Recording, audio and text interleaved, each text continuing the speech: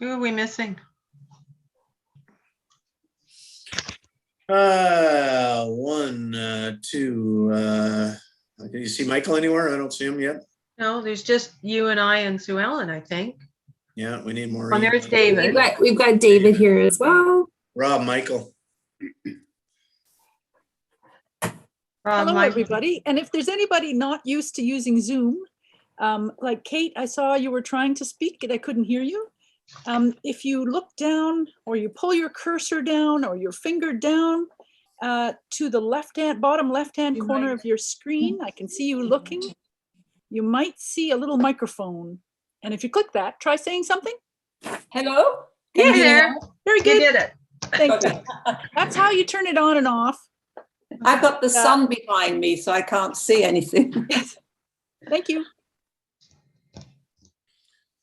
It's best if everybody stays muted until it's their turn to talk, right? Then we get rid of background noise.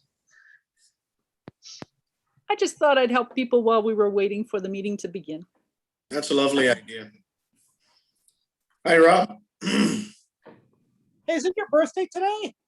Yeah, I guess so. Not counting anymore, though. Happy. What, are you like almost 80, eh? Feel like that. I definitely feel like that, yeah. I fancy myself more like I'm 49. Okay. I see the recording button is on. All right. Who else we got? Still Michael to come? Maureen? That's right. We're just. Okay. Hope, how many do we have on the speakers? Here comes Michael. Okay. Right now we have 15. We had more, but a few people have withdrawn. So I think we're at 14 or 15 now. My numbers are all. Okay. Thank you. Yes, 15. Hello, Michael. So we're just waiting for Councillor Nicholson now. Okay. But yes, we are live on YouTube. Oh, good.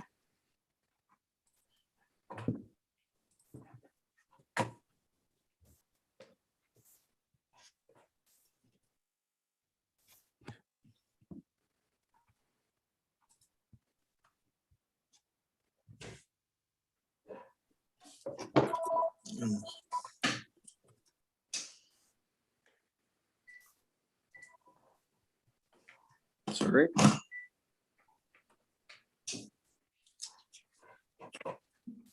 Here they come. Happy spring, everybody. Yeah, isn't it a lovely day today? It's fantastic. Turned out to be a lot better than forecast. There's Maureen. Hello. Certainly was a lot better than forecast. Oh, stop. Hold on, I just gotta throw my phone away.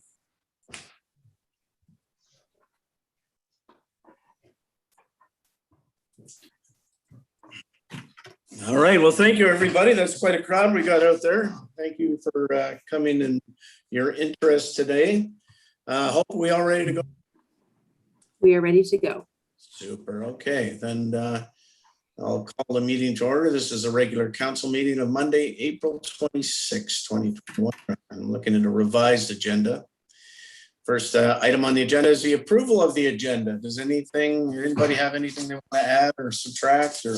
I've got a few items, Miranda. Yes. Oh, yeah, the light items there. Yeah. The light items, yeah, they were circulated by email to Mayor and Council this afternoon. And I'll just go through them quickly. So there's one item in relation to item 3.6, the Kobe Parcel Tax.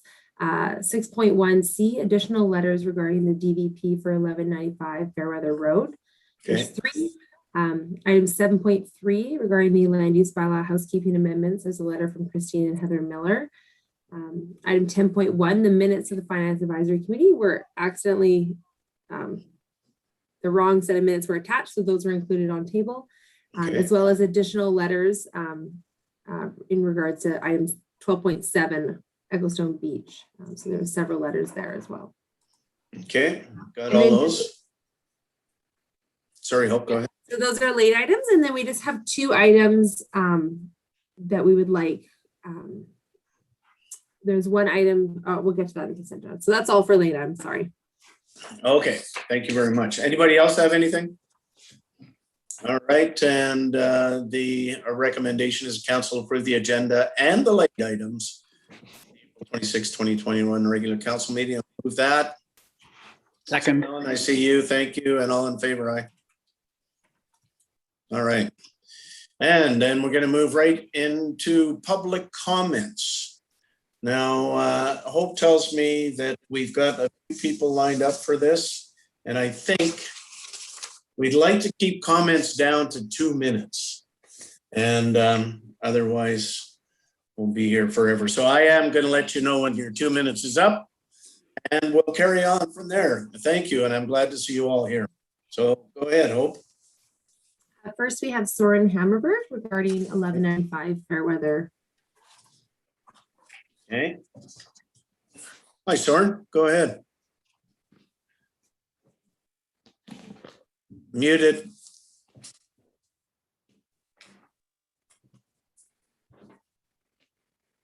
There we go. Can you hear us That's now? better. Yeah. That's better. Well, that's 2 minutes. Instruction how to mute. Anyway, we reside, as Hope says, at 1187 Fairweather. We are the immediate neighbors to the east of the subject lot for this development variance application. Initially, I wish to thank the mayor and all of council for your site visit. I saw you yesterday, or I guess it was on Friday, and hopefully you got a good feel for the lot while you were here. During that visit, you will have noted the lot in question. It's a large lot. It's almost 39,000 square feet, just short of an acre. And the development is rural in nature. In fact, it is zoned rural. We are a bit of an anomaly on island, but we are zoned RR1. I will just be making reference to my letter that we submitted April 21st, and one drawing in particular, which is the detail drawing. Excuse the lack of high tech, but it is that drawing I am showing you now that depicts the work and the property line in question. The issue here is straightforward, as can be noted by the drawing.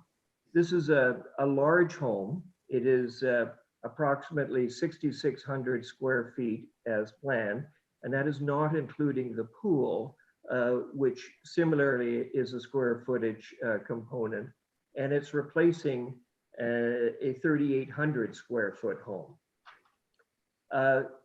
Liz and I both want to reiterate that we welcome a rebuild. It's been 11 years that we've lived with this burnt out a lot next door, but we do not want to see one that encroaches and essentially eliminates the side yard setback on the west side of the property. If the intent is to rebuild, and I quote, a similarly scaled house, and that is Mr. Martin's wording. 2 minutes, Soren, thank you. There would be no need to have the house foundations at the property line. There's lots of room, is really the point, to make the construction within the lot itself and to have all the amenities. So we simply wish to say that the setback should be respected and maintained. That's it, Gary. All right, thanks, Soren. Thank you. Next, we have Meribeth Dean regarding the Ecclestone dock. Okay, Mary, welcome. Thank you. So as a Bowen Island resident who does not live on waterfront, public access to the island's beaches and shoreline is extremely important to me. I've had, over the years, numerous semi-confrontational conversations with people who live on surrounding properties who tell me I'm not allowed to be on a beach. And I find this rather upsetting. So I think as a community, whether we work to maintain access to the shoreline says a lot about our values. And I would love to ask members of council to reflect on where they stand on that, whether they believe the benefits of living on an island and having access to the shoreline and to the ocean is something that is worth protecting, and whether that benefit should just be reserved for those who have the money to purchase waterfront property. And tourists, do we want our tourists just all to go to Tunstall, Bowen Bay, September Morn? If that's the case, then let's be clear about that. But what your decision is on this matter will reflect upon your values. More importantly, however, I think the integrity of council and the municipality in general sort of hangs in the balance here. The zoning variance requested by the owners of 1160 Ecclestone is contrary to both the Bowen Island OCP and the Islands Trust policy objectives. The proposed dock would breach both the Provincial Land Act and the Municipal Land Use Bylaw. So, I mean, why are we even debating this? Frankly, is there another set of regulations for waterfront property owners that I'm not privy to, that I don't even know about? There's a property halfway between my house and the Ecclestone property that has been sitting in limbo, not even built, and basically getting torn down for the past 3 years. I don't know what the issue is, but I've heard people say, oh, that's the municipality. They'll go after the people who don't have a lot of money and are just trying to build something and create a place to live. And then the wealthy get away with it, and they just break all the rules, and there's no consequence. So, if there is no consequence, if the rules aren't being held up by the municipality, then why bother with them at all? That's all I have to say. Thank you very much. Thank you, Maribeth. Next, we have Gillian Darling regarding the public staircase at Ecclestone Beach. Thanks, Hope. Gillian, welcome. Go ahead. Thank you. Sorry, I've got some sunlight coming in here. Good evening, Mayor and Council and municipal staff, members of the public who've joined us this evening to speak up for the protection and preservation of Ecclestone Neighborhood Beach. I submitted a letter on April 21st to Mayor and Council expressing my views that the offer being made by the Clarkes, a pathway at the bottom of their property to the beach, is arguably a pathway the neighborhood already possesses. Please see West Coast Environmental Law Group's legal opinion sent to Council April 19th, 2021. In exchange for this path, the Clarkes want to construct a huge private dock on our beach that will forever destroy the environmental and aesthetic values of this jewel box location, an offer that's simply unacceptable. It comes at just too high a price. Rather than destroy this public beach that's been used and loved by our neighborhood for over a century, personally, I'd rather have no beach access than accept this bargain that will sacrifice the timeless beauty of this unique beach. What we will lose by accepting their offer is far greater than what we stand to gain.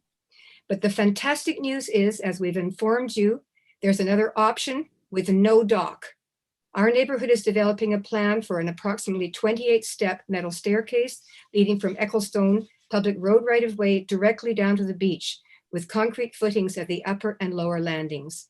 And to complete this legal public access route, Mr. Bickerton, Special Provincial Constable Flinroe, recommended to the municipality on November the 19th, 2020, if the rock mortar well is outside the property boundary, as the January 14th, 2021 survey now confirms, it would be advisable to have it removed in conjunction with any process undertaken by the municipality to restore public access to the beach. As my April 21st letter explains, we've retained the services of a structural engineer, Mr. Lindsay Torrand, who's advised us this metal staircase is imminently doable. He's now preparing a feasibility report and structurally engineered drawings for this public staircase. It's for this 2 minutes, Gillian. Sorry. Okay, I just have to finish up here. I'm Sure. appearing before council respectfully to request a 4 to 5 week extension when the Clarkes dock variance application comes before council. The first meeting in June is on the 14th. We're going to submit all of the plans, structure and geotechnically engineered plans for the staircase prior to this date. And so we are requesting, please, an extension to the final decision until June the 14th, 2021. Thank you for your time. Thank you, Gillian. You're welcome.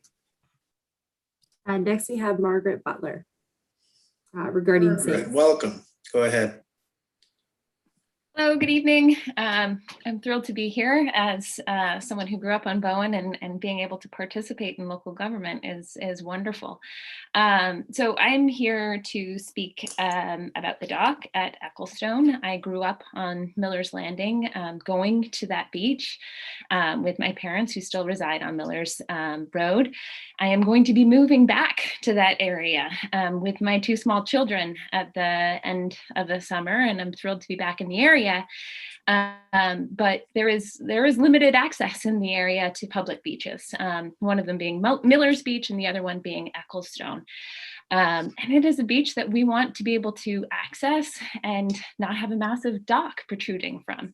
A point that's really important to me, though, is the beauty of Bowen Island and the community and the trust that we hold in our municipal government around honoring public spaces and public land. And from what I have seen and have read and have experienced over years of going to that beach is the slow erosion of that public access, whether it be through kayak sheds, whether it be through encroaching garages, and that public trust is being worn down. And our our philosophy or our belief as the community is that we entrust the municipality in order to protect those public spaces. And so with all due respect, I and my family request that you deny access or the right for this dock to move forward.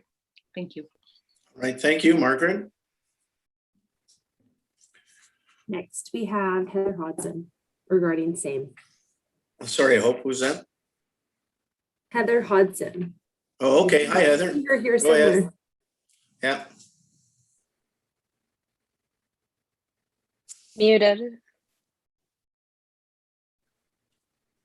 How embarrassing. Okay, Gary, I hope you can take me back to 0-0. Yeah, I got you back. I'm Mayor and Council. I'm appearing before you for the third time on behalf of preserving public access to Ecclestone Beach. And tonight I'm here to stop a variance for a 121-foot private dock from going forward.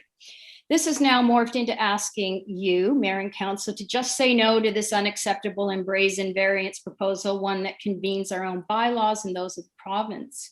We appreciate your offer to correct a messy history concerning this short path, but the remedy now on the table will further encourage the corrosion of the public's right to access this and other public beaches. Yes, it's the same beach promised 3 years ago, but it's now being offered to the public with a massive private dock attached to it. We don't feel the pathway should be used as a bargaining chip by Mr. Clout to avoid our Bowen bylaws, which were carefully constructed to protect our coastal areas. And as such, our elected officials should make every attempt to uphold them. If not you, then who?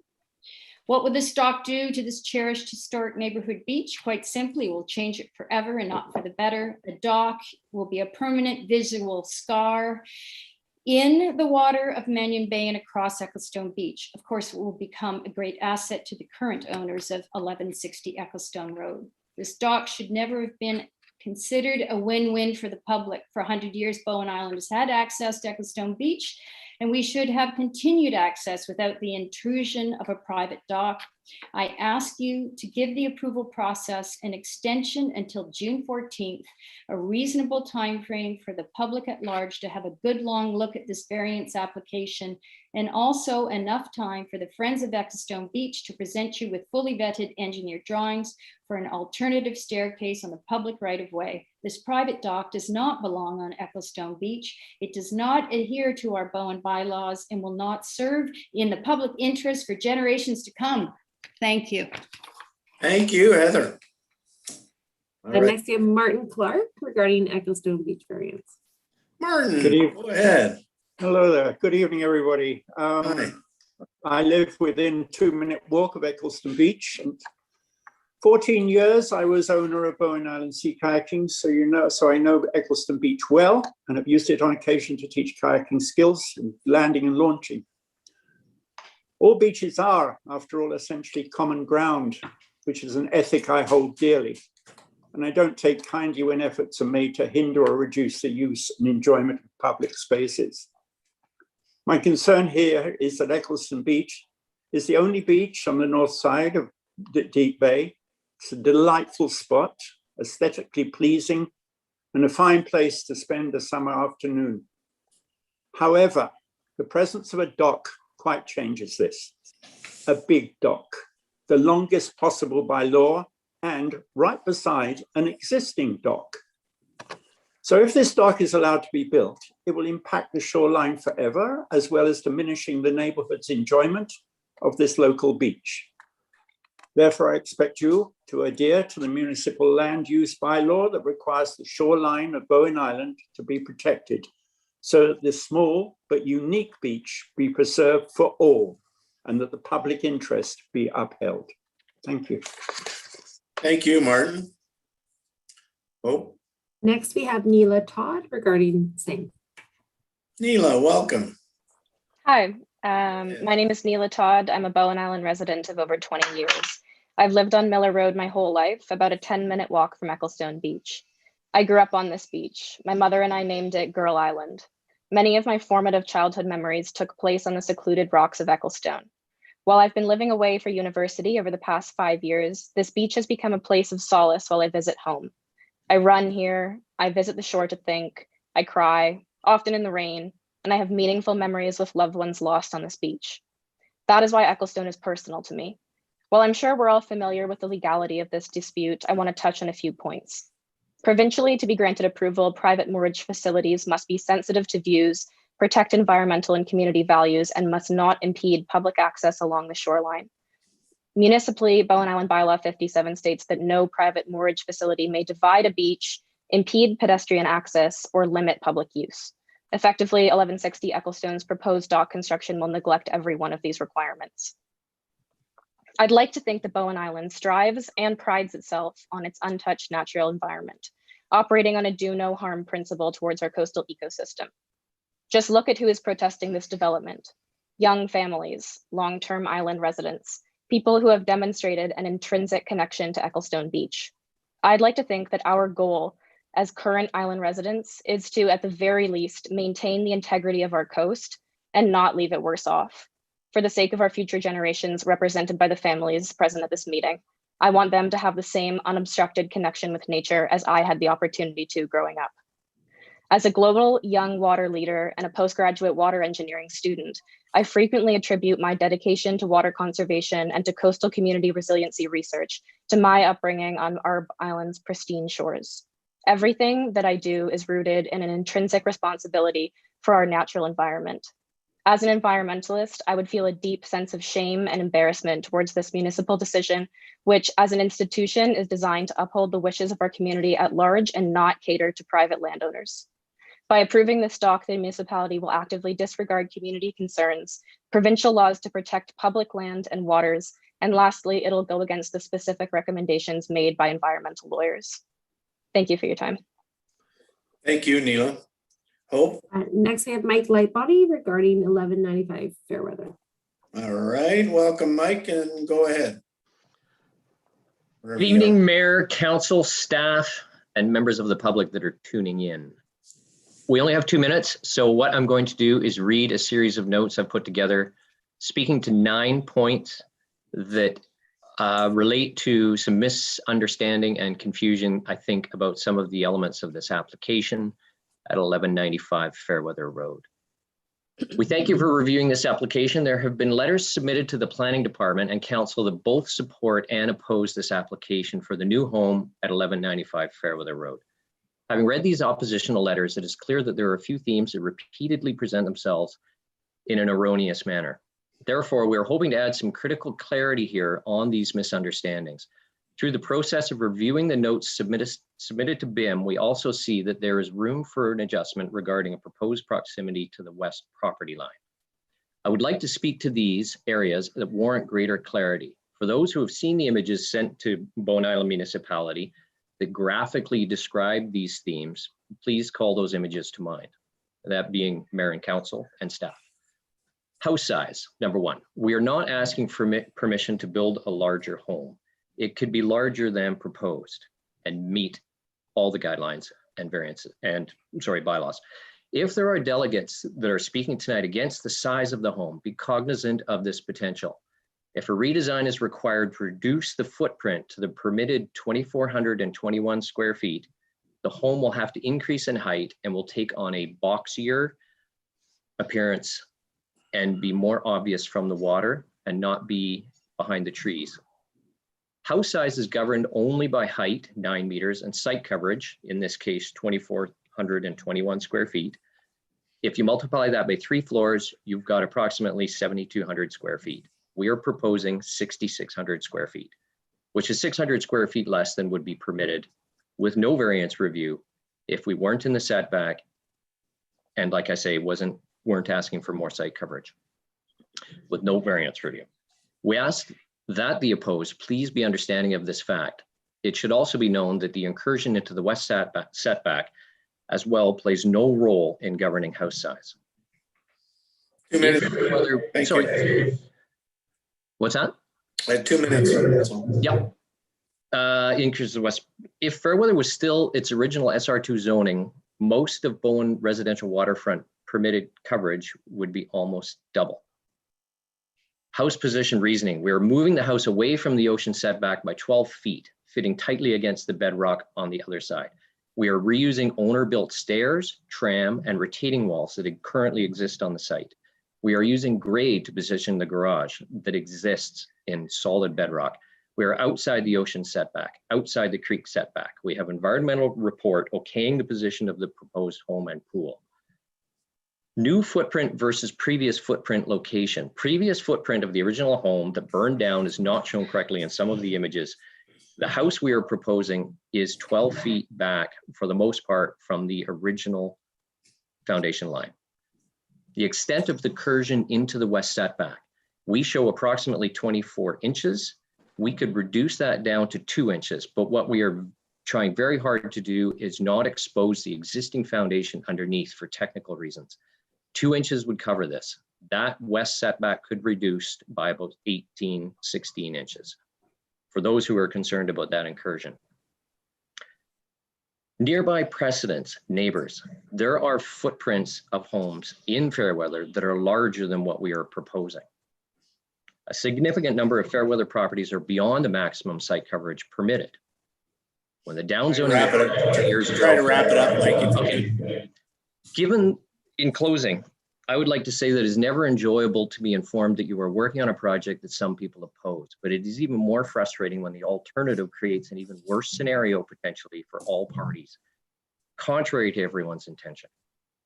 Given the 4 letters submitted that oppose this application and 8 of support, including the Fairweather Strata Council letter of support, Mayor and Council's deliberation is no easy task, and thus I thank you, and a special thanks to all the residents of Fairweather. Thank you. Okay, thank you. Hope. Next we have Maurice and Kate Levi. All right, Maurice and Kate. Hello, I'm Kate Levi, and my husband and I are the owners of lot 13, which is the lot to the west side of lot 14. Now, I have to start off with this. We wrote a letter on the 19th of April and sent it by email to BIM with the email address given on the flyer that we received recently for the attention of Daniel Martin. Apparently, this was not given to BIM, and it was only this morning that the council and received our letter concerning the development. And it was only added to the agenda this morning too.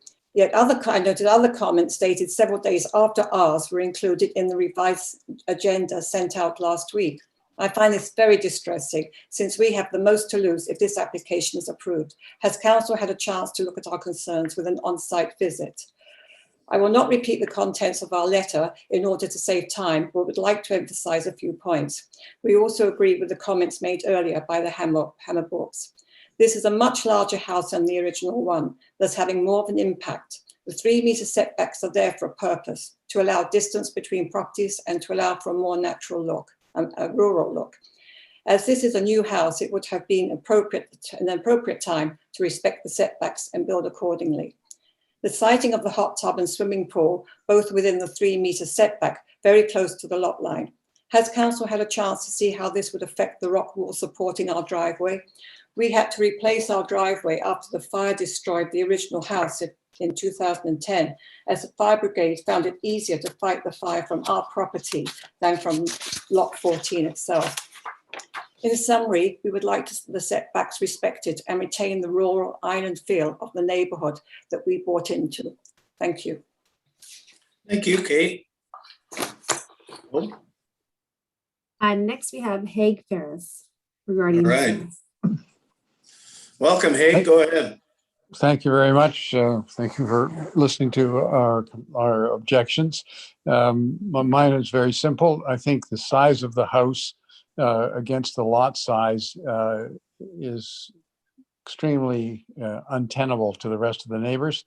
We lived in Carrisdale and we watched that district slowly get eroded as a livable place by monster houses. And this house certainly fits into that category in my judgment. So all the other points that people are making, I support. I just think that this is the kind of the thin edge of the wedge as to the kind of housing that's going to be allowed on Bowen Island, and I oppose it. So those are my comments. Okay, well, thank you, Haig. Next we Can I ask have. a question? Can I just ask a question? That was about the proposal for 1195 Fairweather. Is that correct? That's correct. Yes. Thank you. Next we have DG Blair regarding 1160 Ecclestone. All right, DG, welcome. Go ahead. Right. Hi, everybody. Thanks for the opportunity, Mayor Ander and councillors. So I'm wondering how many of you visited the shoreline this past week? Maybe you saw some orcas or some sea lions. I know the last time I was there was a lot of feeding going on, and it was very exciting. And I'm wondering how many of you realize what we do on Bowen Island shores, on the land, impacts those animals that we see. And if there's one key message I'd like to leave you with, is that term cumulative impacts, or death by 1,000 cuts. We have cause for concern. The habitat that supports these animals is in trouble from those cumulative impacts of shoreline development that are not consistent with current best management practices. No matter what type of Bowen shore, increasingly we see removal of shoreline native plants and trees for housing and manicured landscaping, as well as the addition of seawalls, riprap, and docks, or cumulatively shoreline structures. The proposed dock at 1160 Ecclestone Road is a prime example. Ecological understanding of these types of alterations to shorelines has changed. Long viewed that these sorts of structures were relatively benign. However, current science shows that shoreline structures can change wave dynamics and prevent beach nourishment by changing natural sediment flow. Together with the removal of native trees, shrubs, vegetation just above the high tide, result in habitat loss for clams and other shellfish, as well as insect, worms, amphipods that feed forage fish and young salmon. And guess what? Those forage fish and young salmon ultimately feed those animals at the top of the food chain. Young salmon also are negatively impacted by docks. Studies show that they will avoid going under the dock, utilizing more energy to go around them, and it takes them into deeper water and away from their food sources. I also note that the zoning variance requested is contrary to the Bowen Island OCP and Islands Trust policy objectives and the Bowen Island Municipal Land Use Bylaw, in particular related to shoreline protection, and those aesthetic and recreational values that so many of us have mentioned already this evening. So we as a community and our council should be making decisions that support the whole of the island's ecological health, not support specific landowners who request a variance of our bylaws. And as such, this variance should be refused. Thank you. Okay, thank you, DG. Next, we have Deborah Carlson regarding 1160 Ecclestone. Okay, Deborah, go ahead. Welcome. Good evening. Thank you. Good evening, Mayor and Council, members of Bowen's staff, and members of the public. Really appreciate the opportunity to be here this evening with you. I'm a staff lawyer with West Coast Environmental Law, and I was contacted by the Friends of Ecclestone Beach about the development variance application for the private dock at 1160 Ecclestone. Just by a quick way of background, West Coast Environmental Law is a public interest environmental law organization. We're not for profit. We've been working in BC for around 40 years. We do work on strategic level environmental reform, but we also offer advice to community members with environmental issues like the one we're talking about tonight. So you've already heard quite a few strong submissions about this. So I think I can jump quite towards the end of what I was hoping to share with you. But to sum up, the application by the owner in this case for the dock is being presented as a win-win. They get their dock and the community gets access to the public beach. But just remember that this is a pocket beach. It's essentially the length of the seaward side of the property, and then there's going to be a large dock proposed at the side of this. So it isn't, a big beach with a tiny dock. It's a small beach with a large dock. So I can only defer to the community members, but I feel that if this was an attractive offer, they would let you know. And it doesn't appear that that's what you're hearing. From an environmental perspective, there's some uncertainties about this. Likely the construction of the dock itself wouldn't produce a huge environmental impact, but we haven't looked at the long-term presence of the dock, what that would mean, what the increased boat traffic would mean for the area. But of course, no single impact of this scale makes an ecosystem collapse. But ongoing degradation does affect ecosystems. And as DG has very ably explained, it's the famous death by 1,000 cuts. It's the impacts that accumulate over time. So if you think about what this last year feels like, for most of it's low-grade stress over a long time, but it wears you down. And that's what our coastal ecosystems are feeling.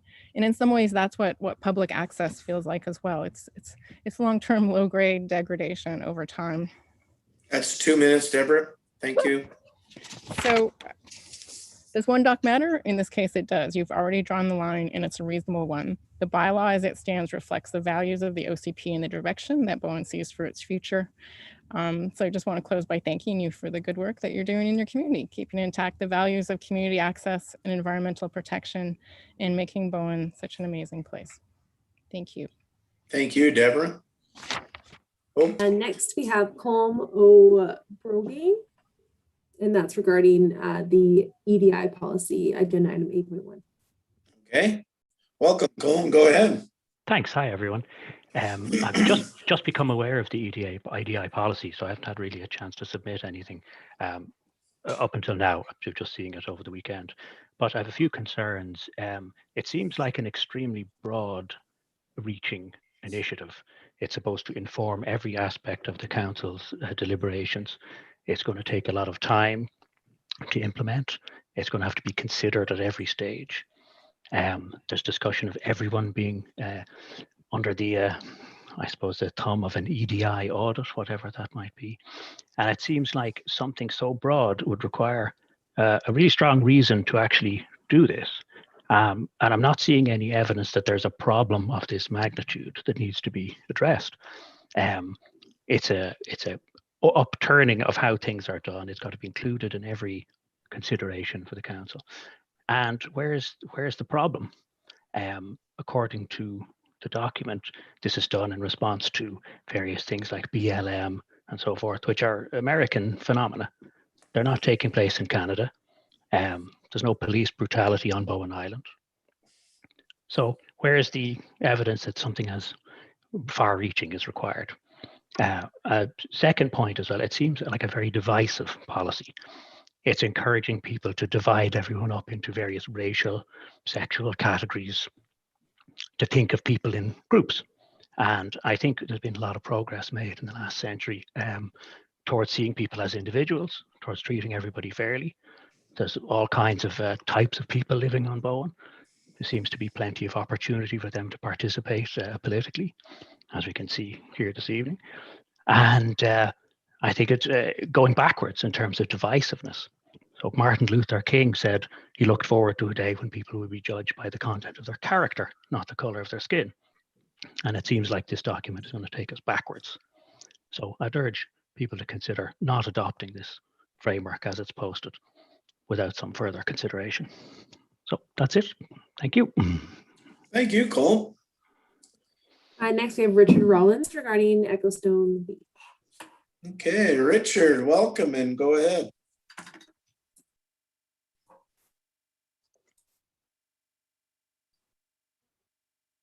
Richard Rawlins? You need to turn on your microphone. Yeah, that's it. There you go. There you go. How about now? Thanks, Richard. Yeah, it's good. Okay, first of all, thank you. My name is Richard Rawlins. I'm a fellow of the Pacific Wildlife Foundation in Vancouver. I am the owner of 261 Robert Road, located just east of Ecclestone Beach, and have been a seasonal resident on Bowen for over 11 years now. So I have a vested interest in the well-being of Bowen and in my friends and neighbors for sure. Thank you for the opportunity to speak to council tonight. I want to add my support for Friends of the Ecclestone Beach and their quest to restore beach access for all. I have just a few points to make, and in the interest of time, please allow me to read them into the record. First, in my opinion, beach access and permission to build a new dock adjacent to it are two separate issues and should not be conflated into a deal. Second, access to the beach is already granted by the bylaws on Bowen Island. No agreement with a private party to obtain access to that beach should be or is required, at least as far as I understand the law. We don't need that. It's already granted. Current limits to access have resulted from Bowen Island municipality, in my opinion, failing to maintain beach access and from construction of private buildings on beach access areas, those two things. BIM has been and is responsible for maintaining public access to Ecclestone Beach, but has not done so for reasons that remain unknown. Lack of access has denied neighbors their rightful use of the beach and led to the current problem. Lack of access has also devalued my own property by 11% per the BC assessment of 2 years ago. And had that access been open, my property would have been 11% more valuable. So there's an economic cost attached to this for all of our neighbors not being able to get to that beach. Ecclestone Beach cannot be reclassified as a viewpoint. I've heard people talking about doing that to basically finesse the issue of a beach and all of the legalities associated with it being a beach. By claiming it's a viewpoint, all of that could be bypassed. You should not do that. That would really deny tax-paying Bowen citizens their right of public access to the waterfront and impact the fair value of their properties. No deal to grant concessions and permission to build a dock adjacent to Ecclestone Beach is required, period. It is already our beach. Reclaim it and restore that access, then deal with the dock application as a separate entity. Thank you. Thank you, Richard. Hope? Next, we have Rosemary Knight regarding Ecclestone Beach. Great. Yeah, welcome, Rosemary. Go ahead. Gary, thank you, everyone. So I'm here this evening to say no to the proposed deal for a variance permit that would allow a dock across Ecclestone Beach. This dock is huge. It's non-conforming with our official community plan, and it's illegal under both municipal and provincial laws and bylaws. This is so easy to say no to.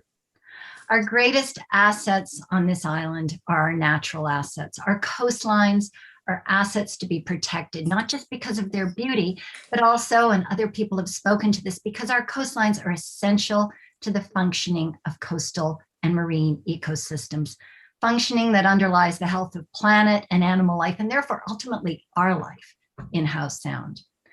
So when are we going to start, as Gary Anders said during his campaign? And Gary, what I have here is what you said in the undercurrent when you were running for council. And you committed to protecting at all costs our natural capital.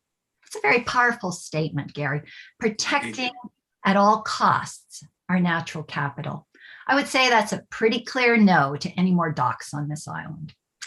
So I have to ask why anyone would say yes to this dock. It benefits one person. I've been told there's interest in council in obtaining public access, but at what cost? And in this case, who would want access to a beach that will be so impacted by the presence of this dock? Now, if you are so committed to public access, which I feel should be absolutely secondary to protecting our natural assets, but if you are so committed to this, there is an easy way forward. Defer this decision, and it's very likely that you can say no to the dock and have access to the beach with the stairways being planned and paid for by the neighbors. But getting the details on that requires deferring making the decision until June 14th. But to me, bottom line, separating these two issues, it's a simple no to this dock. Let's start protecting at all costs our natural capital. Thank you. And thank you for saying that so clearly, Gary. Thank you, Rosemary. Our last speaker for tonight is Bob Turner regarding Ecclestone Beach. All right, Bob, welcome and go ahead. Hello, Mayor and Council. I would like to speak in support of the Friends of Ecclestone Beach. And what I would say is a really innovative and wonderful and entrepreneurial solution to Council's problem. And I say problem because you're caught in this awkward deal, as been well described to date, between essentially agreeing to something which is fundamentally illegal, but necessary in someone's view who is bargaining for access. And so when a community group comes forward, and I once sat in your place and I know what it's like, problems keep washing up on your desk left, right, and center. When someone walks up and says, I can solve your problem, they've certainly got my ear. And that's what I hear happening right now. You're caught in an awkward circumstance where you're trying to achieve a public good, public access, by trading for a dock, which no one wants except the owner. And that puts you in an uncomfortable position. And then along comes the community with a neighborhood speaking very clearly in very unified voice saying, hey, here's the option. We'll build this staircase. We've done our due diligence. We've started the conversation with the engineer. The engineer says it's feasible. I think the appropriate thing for a council to do at this point is to say, yes, how do we make this happen? In that same entrepreneurial fashion, you take on other problems. And so I think at this point, what's being asked for is a deferral. Sounds like a simple thing to accomplish in terms of the discussion of the variance. Allow the engineering to be done, the design to come forward, and then council can inspect the solution. And it just strikes me as the way forward. You keep the neighborhood happy, you keep the beach integrity in place, and I think you solve yourself a big problem. Thank you. All right, thank you, Bob. Okay, is that it, Hope, for speakers? That is it for this evening. All right, well, thank you very much, everybody, for the insight. And we're going to move on to the consent agenda then. And does anybody have any issues or some clarification on any items in the consent agenda? Sue Ellen? Oh, go ahead. Yes, I would like to pull 3.4. Sorry? Which one? 3.4. Okay. And Mayor Ander, I would like to request that item 3.5 be pulled as well. Okay. So 3.4 for Sue Ellen, 3.5. Was that Hope? Sorry. Yes, thanks. Hope/Raj. Hope, Dallas, Raj. Okay, any more? Allison? I would like to pull 3.3 and 3.6 and 3.8. And could I suggest we add 3.5, 3.6, 3.8 to 7.1 and deal with all of Raj's stuff at once? Well, sure. So Allison, I got 3.3, 3.6, and 3.7? 3.3, 3.6, and 3.8. Yeah, 8, okay. All right. Thank you. Anybody else? Rob, was that your hand going up there? Yeah, just a clarification. We have no vote today on Ecclestone or anything like that beach, right? No. It's not on the agenda anymore. It is Okay, not. Thanks. Just want to check. Thank you. Okay, thank you, Rob. And okay, so is that it? And I think Allison's idea of grouping those items, so that would be 3.5, 3.6, 3.8. 3.8, 3.6, and 3.5. We'll try to handle it at the same time then. I think they're all of common interest. Okay, well, with that being said, the council approved the items as outlined in the April. Sorry, Mary Andrew, I have one more item. Oh, sorry. Yeah, go ahead. Hope. Oh, sorry, never mind. You sure? Yep. Okay. So the recommendation is the council approve the items as outlined in the April 26, 2021 consent agenda as amended. Look for a second there, please.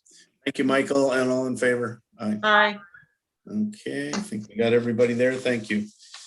Mary Andrew, just a Yes? point of sort of information for the people that are watching. They might find it easier to watch on the YouTube channel than being on Zoom. Yeah, probably. I agree. Yeah, we in the instruction sheet that I sent out to pretty much everyone who spoke in public comment, we'd like you to move to YouTube if possible, just to clear out Okay, thank you. the Zoom. Thanks very much.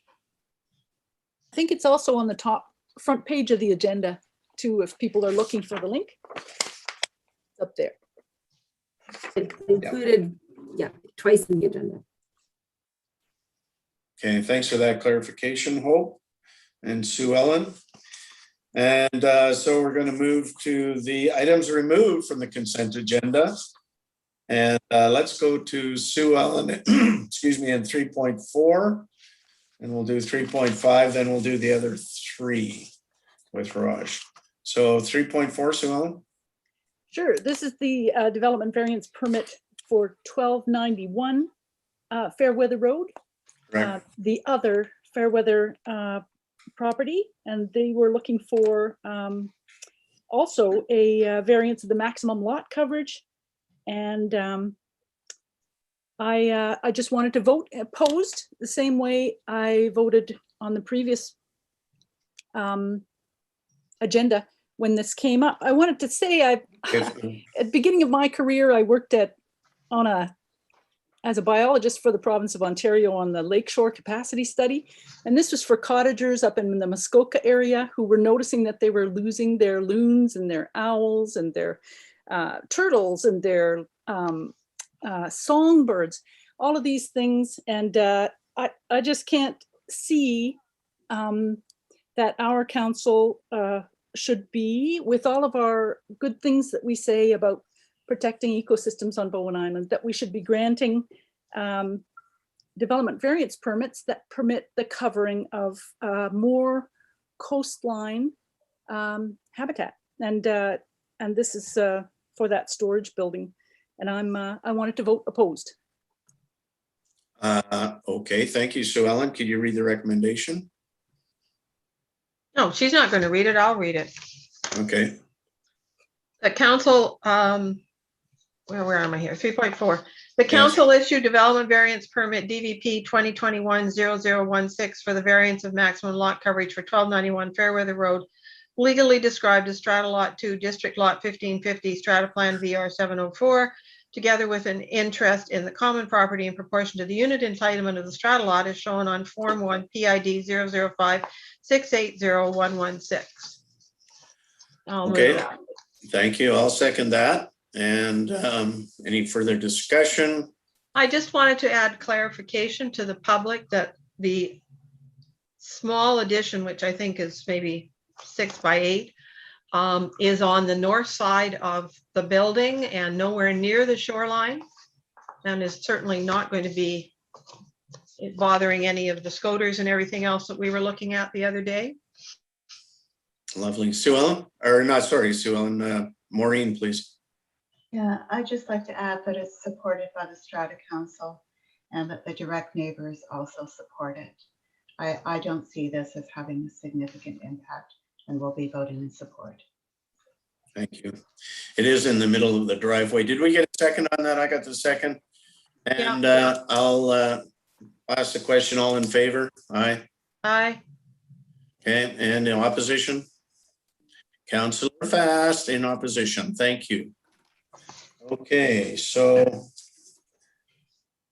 let's go to 3.5. I thought we were going to put all those together with Raj's 7.1. Oh, we're going to move them all to 7.1. I think that we should keep them in the order that that's the purpose of the items removed from consent agenda, but we can certainly group them together in their items removed. If you want to deal with the Eagle Cliff and the parcel tax, we could do that now. Okay. Okay, that sounds good. Raj, are you prepared to speak to that? Sorry, Raj, you're muted. Well, I was trying to unmute myself in the wrong spot. Sorry about that. Oh, that's no problem. Okay. Yeah. So is the first one there the Cove Bay parcel taxes that we've removed? Eagle Cliff parcel tax. So the Eagle Cliff one, I can just speak to that really quickly, thanks. Raj. So there's just a minor amendment needed in that bylaw. So under section 4.2 of the bylaw, it just cites one bylaw to be repealed. And there's several bylaws that need to be repealed. So we just would like to change the wording to and all its amending bylaws, just a small change. So that the bylaw be read as amended. Okay. That's the Eagle Cliff parcel tax bylaw. Yeah. Sorry. I'm just a little curious. I thought we had a whole bunch of bylaws when we did the rates bylaws for all the water districts that repealed all the previous parcel tax bylaws. So I'm curious as to why we're having to repeal them a second time. But if we're repealing them a second time, does it matter? We're not repealing them a second time. These were ones that were just simply missed in the first one. Okay. Thanks to Janet for finding them. Pointing it out. Maureen? A curiosity question. In one instance, the bylaw is referred to as a replacement, and in the other, it's referred to as a revision. Is there any difference? Both bylaws include a repeal provision. Yeah. Let me just look here. Do you know what I'm talking about, Raj? Actually, I don't have the bylaws in front of me, but I was just repealing the old bylaws and replacing them with the new ones was the intention. Yeah, I think maybe just make it consistent, you know, that they're both replacements because both involve a repeal. It's in the title. In the whereas or in the title? Councillor Nicholson, I think what would be simplest to make this clear is that it's a bylaw to impose a parcel tax for the Eagle Cliff water system. Would that make it clear instead of replacing? Because I understand. Yeah, no, I think what makes more sense is just to take bylaw number 547 and just in the header state a bylaw to replace the parcel tax. It's just the headers are inconsistent and it just struck me as odd. You'd have to change the whereas as well. Yeah, that's doable. Okay. No, the whereases are consistent between the two of them. Okay, well then you header. Okay, but then you can't use replace. 546 says replace, and the whereas says revise. So I think the header and the whereas should have the same words. Okay, so we're either going to put revise in all of them or replace in all of them. Let's go with revise. Okay. I don't want to spend a lot of time on this, but it's just struck me as one of those points where somebody might say, what's the difference? Yeah. And there isn't a difference. So the simplest is to just change bylaw 546 header to change, replace to revise. Yes. I got it. So both bylaws to be read a first, second, third time as amended. And what was the other change we had to make Jeez. in 4.2? Section 4.2 of bylaw for 546. Okay. Uh, It's just adding another amendment Is, bylaw. it says instead of is hereby repealed, it's just is repealed, including all its amending bylaws. Okay. Okay, are we dealing with 3.5 or 3.6 now? 3.5. 3.5.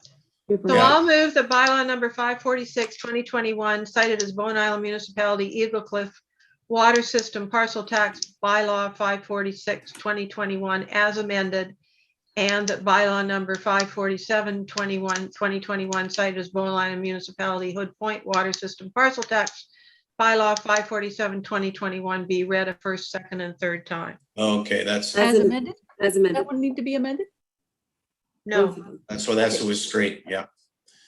Okay, I'll second those. And any further discussion on this one? Maureen? No? Okay. All in favor? Aye. Aye. Okay. And go down to 3.6 then, I guess. The same thing there. Is this the issue? Well, I partly wanted to pull it for a question.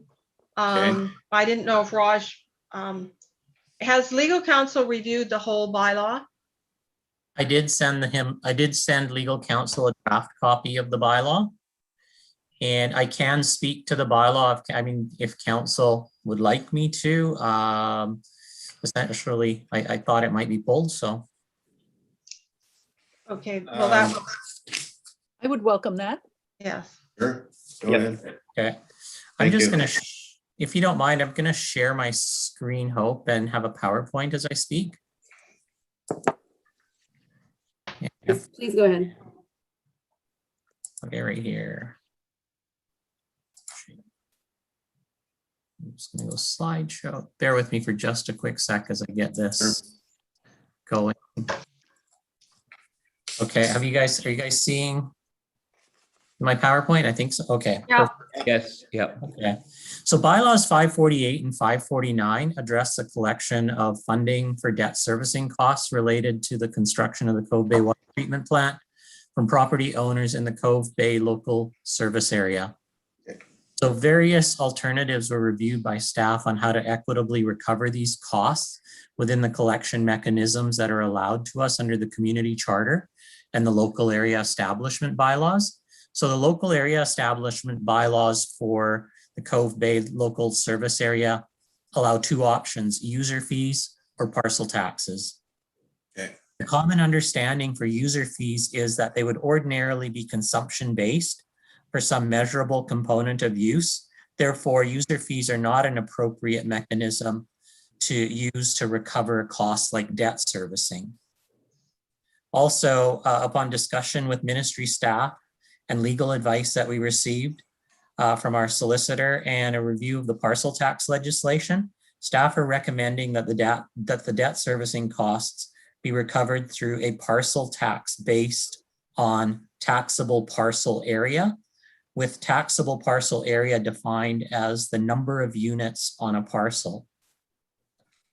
Due to inadequate information to identify parcels with secondary suites and ancillary structures, we've made the assumption that parcels with less than 4 units are assumed to have 1 unit on them per application of the parcel tax formula. So in terms of the parcel tax, in terms of parcel taxes and applying parcel taxes, the general rule implies consistency, meaning that all parcels must be taxed the same unless the parcel tax is based on taxable parcel area. And I just spoken about that in previously.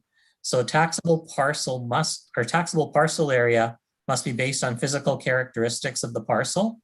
And staff are of the opinion that the number of units on a parcel or the BC assessment classification of a parcel as residential or commercial can be extended to the physical characteristics of a parcel. applying the formula that was described in the report and is in the bylaws would actually result in an annual, I'm going to go to the next slide, would result in an annual charge of about $272 for each residential unit and a charge of $899 to commercial class properties. This would result in about 85% of the debt servicing costs being recovered from the residential class properties and 50% being recovered from essentially commercial business properties in the Cove Bay local area service. This is in proportion with the amount of water that's consumed by each. So when we did the calculations, about 15% of water in Cove Bay is consumed by the business sector and 85% by the residential sector. The alternative option would be less complex, that would be less complex to apply, would be to apply actually the taxable parcel on a flat basis based on all parcels in, so residential and commercial parcels equally. So on the number of units, actually, each commercial unit would be considered one unit, and all residential parcel taxes, all residential parcels that have more than 4 units would be the actual number of units, and every other residential parcel would be 1 unit. And that would result in a $333 charge to each residential unit and a $333 charge in commercial units.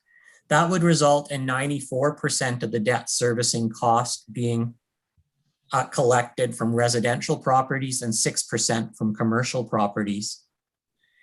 And then our final option here was to actually, I'm just going to move the screen out of my way. I've got a screen blocking what I was, oops, sorry guys. Yeah. So final option is to, and the most simplest option, and one actually clear cut would be in accordance with the community charter, would be to apply the parcel tax on the basis of parcels. And so basically applying it on a flat basis of parcels would mean that you charge $373 to every resident. So are you supposed to have a next slide up? No, I'm just looking at this slide. I'm looking at the third. Yeah. Oh, there's nothing in the option 2 column on my screen. You've got to move it over. You got to move your I got to get rid of all you guys. Yeah. Mine is fine. There we go. Got it. So as I was saying, the least complex method and the least contentious method with respect to interpretation of the community charter would be to apply it on option 2, which is a flat parcel tax that is the same to all parcels in the Cove Bay local area service. Like I said, this would be the least controversial. However, it would also be the least equitable in terms of trying to preserve equity. So I'm just going to summarize. The financial provisions in the community charter are very restrictive and not very progressive when it comes to applying parcel taxes. So after putting a lot of consideration and seeking advice from the ministry, from legal counsel, I believe that the recommended parcel tax, which is basically the staff recommendation here, of charging $272 to each residential unit and $899 to business units, would essentially be the most equitable solution. It does push the envelope as far as parcel taxes apply. However, we believe that it's supported by previous court decisions that have extended zoning density, for example, as a physical characteristic of a taxable parcel in other areas. I believe council received an email from a member of the public that talked about this case, and this case actually supported using something like zoning density to defend this application. And in terms of that's kind of all the information that I have right now for council on the parcel tax, other than next steps. So this is a new parcel tax. So as such, a new parcel tax roll has been created, and notice of the parcel tax and the parcel tax hearing panel was sent out to Cove Bay local area service property owners last Friday. The parcel tax review, council will appoint a parcel tax review panel which will meet on Monday, May the 9th, to hear complaints or to May the 10th? tax roll, which will be the subject of the next item. Sorry, I've kind of jumped ahead of myself. And so again, just to summarize, this parcel tax bylaw will need to be adopted by council before May the 15th so that the parcel tax can be imposed on the property tax notices to be sent out in the 3rd week of May. Okay. Thank you very much. Open it up for questions. Sorry, Mayor. Yeah, I see Maureen out there, and then I'll go back to Allison. David. Thank you. Thank you, Raj. You've answered a number of my questions in passing in your presentation. So I'm grateful for that, and I'm grateful for the work that you put in on this. I just want to double check and make sure that some of the concerns that were identified in the letter from the member of the public have been fully addressed.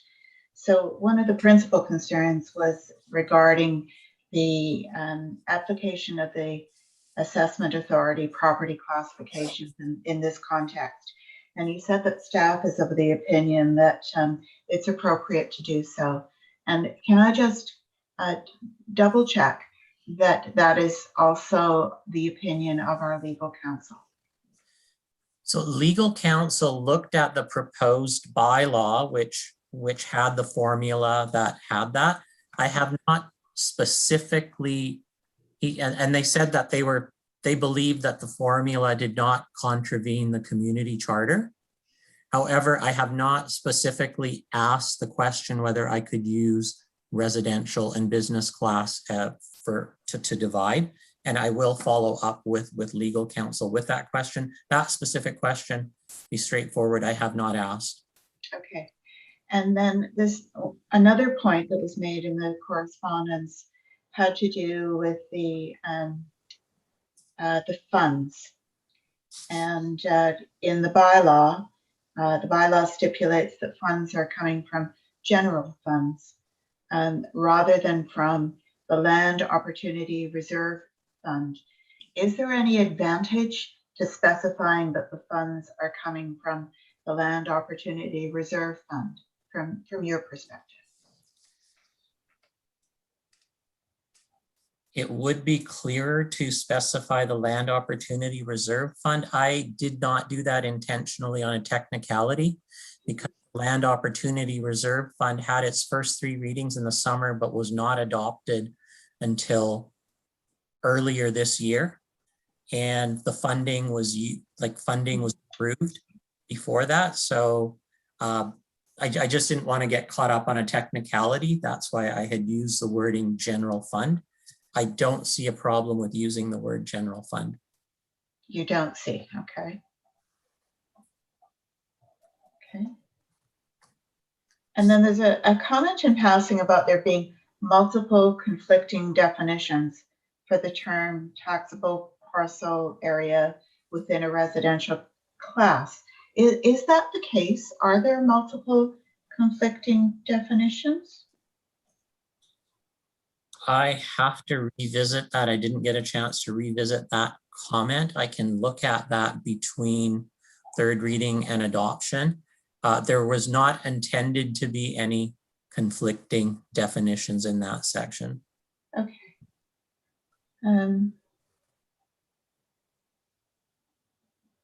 Okay.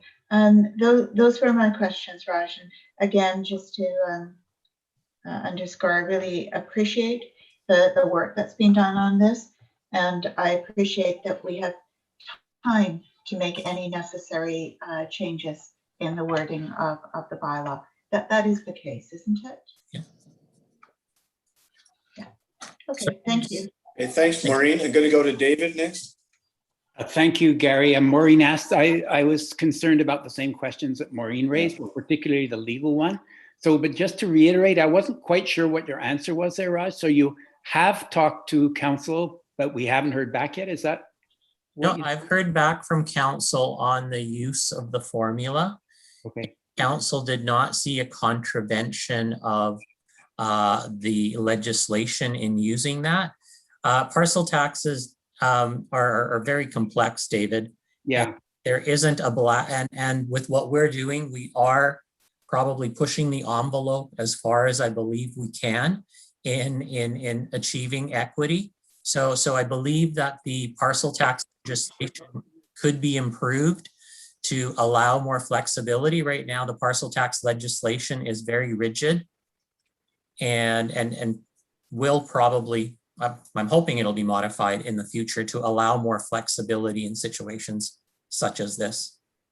Okay, thank you very much. I mean, I appreciate the work you've done because obviously the way it would have been totally, would have been very unequal. So I really appreciate that work. So thank you very much. That's fine. Thank you, Gary. Okay, thank you, David. And Michael? Yes, Raj, just very simply to let you know that the letters have actually been received. We got ours this afternoon. So just a little bit of a moot point, but yeah, we have them. And they've arrived, and you know, that bit at least has happened. You haven't lost a whole lot in the mail, it would seem.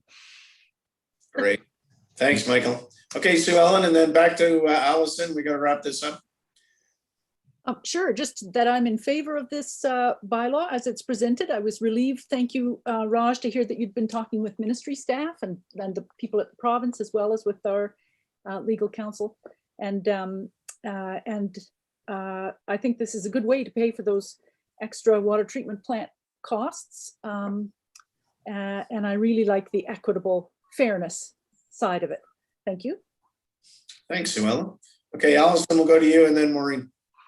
Well, as I said when I asked them initial questions, it's really creative to see this. When you sent the formula to the lawyer, was it the formula in 3.2? I sent him the entire draft copy of the bylaw and the schedule. So he knows that you're using parcel taxes to split off everything else, or tax roll designations, not area. He knows that we're defining the parcel tax area using units, and he does know, I mean, I did provide him information that we were splitting the recovery of the dollars between the business class and the residential class. And his response did not have a comment with respect to splitting the dollars between the residential and business class, and I haven't followed up with him on that.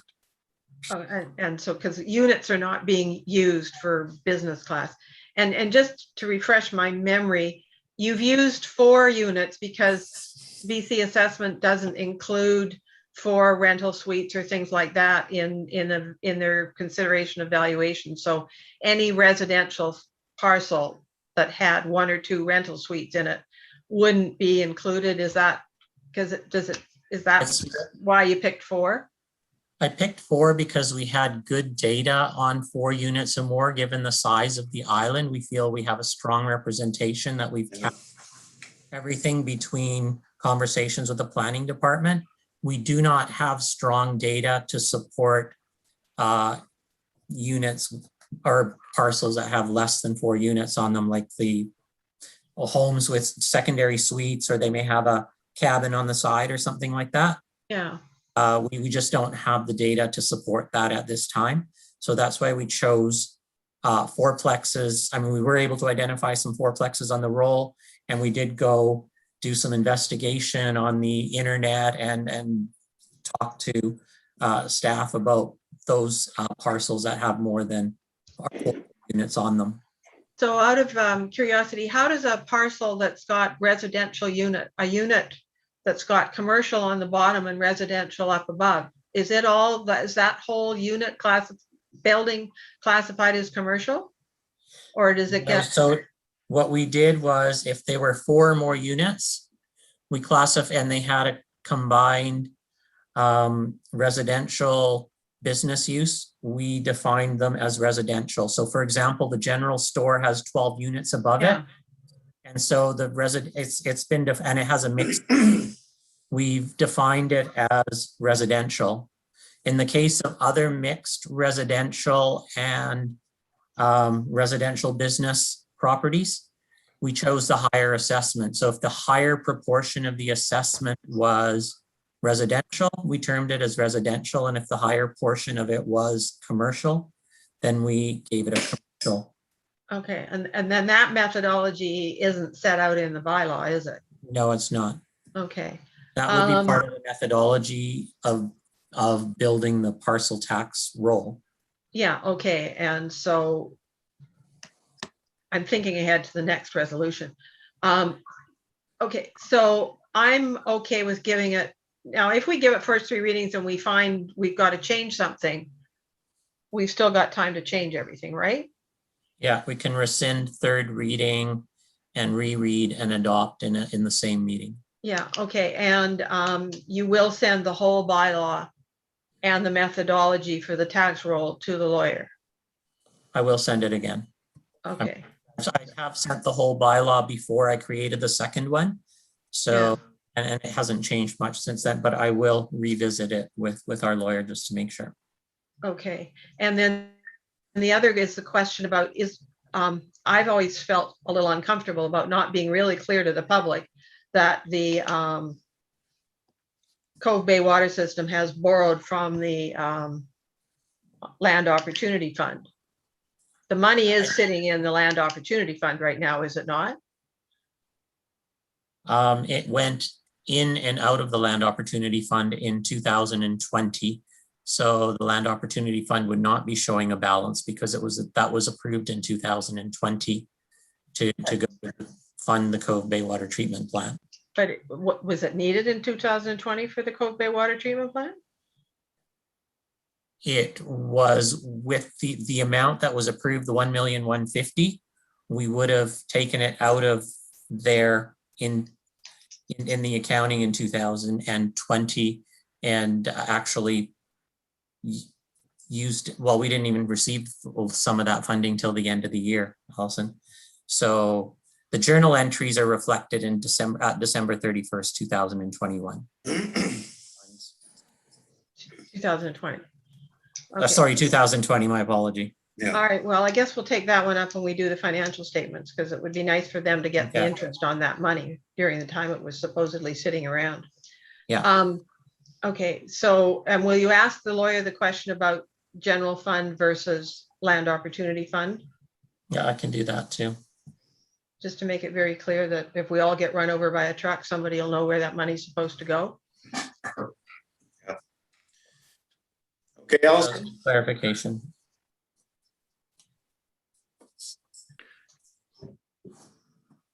Is that it, Allison? I think so. Okay, thank you. And Maureen, I saw your hand up. Are you okay? My question was done. Okay, thank you. Thank you. Okay, somebody want to read the bylaw or the recommendation? I'm sorry. Oh, stop sharing. Okay. So the recommendation is that bylaw number 548, 2021, cited as Bowen Island Municipality Parcel Tax Bylaw 548, 2021. And that bylaw number 549, 2021, cited as Bowen Island Municipality Parcel Tax Bylaw 549, 2021 be read a first, second, and third time. I'm moving that, looking for second. Okay, thanks, Michael. And any further discussion? I'll ask a question. All in favor? Aye. Aye. And opposed? Okay, nobody in opposition. Thank you. Michael, I see your hand up there.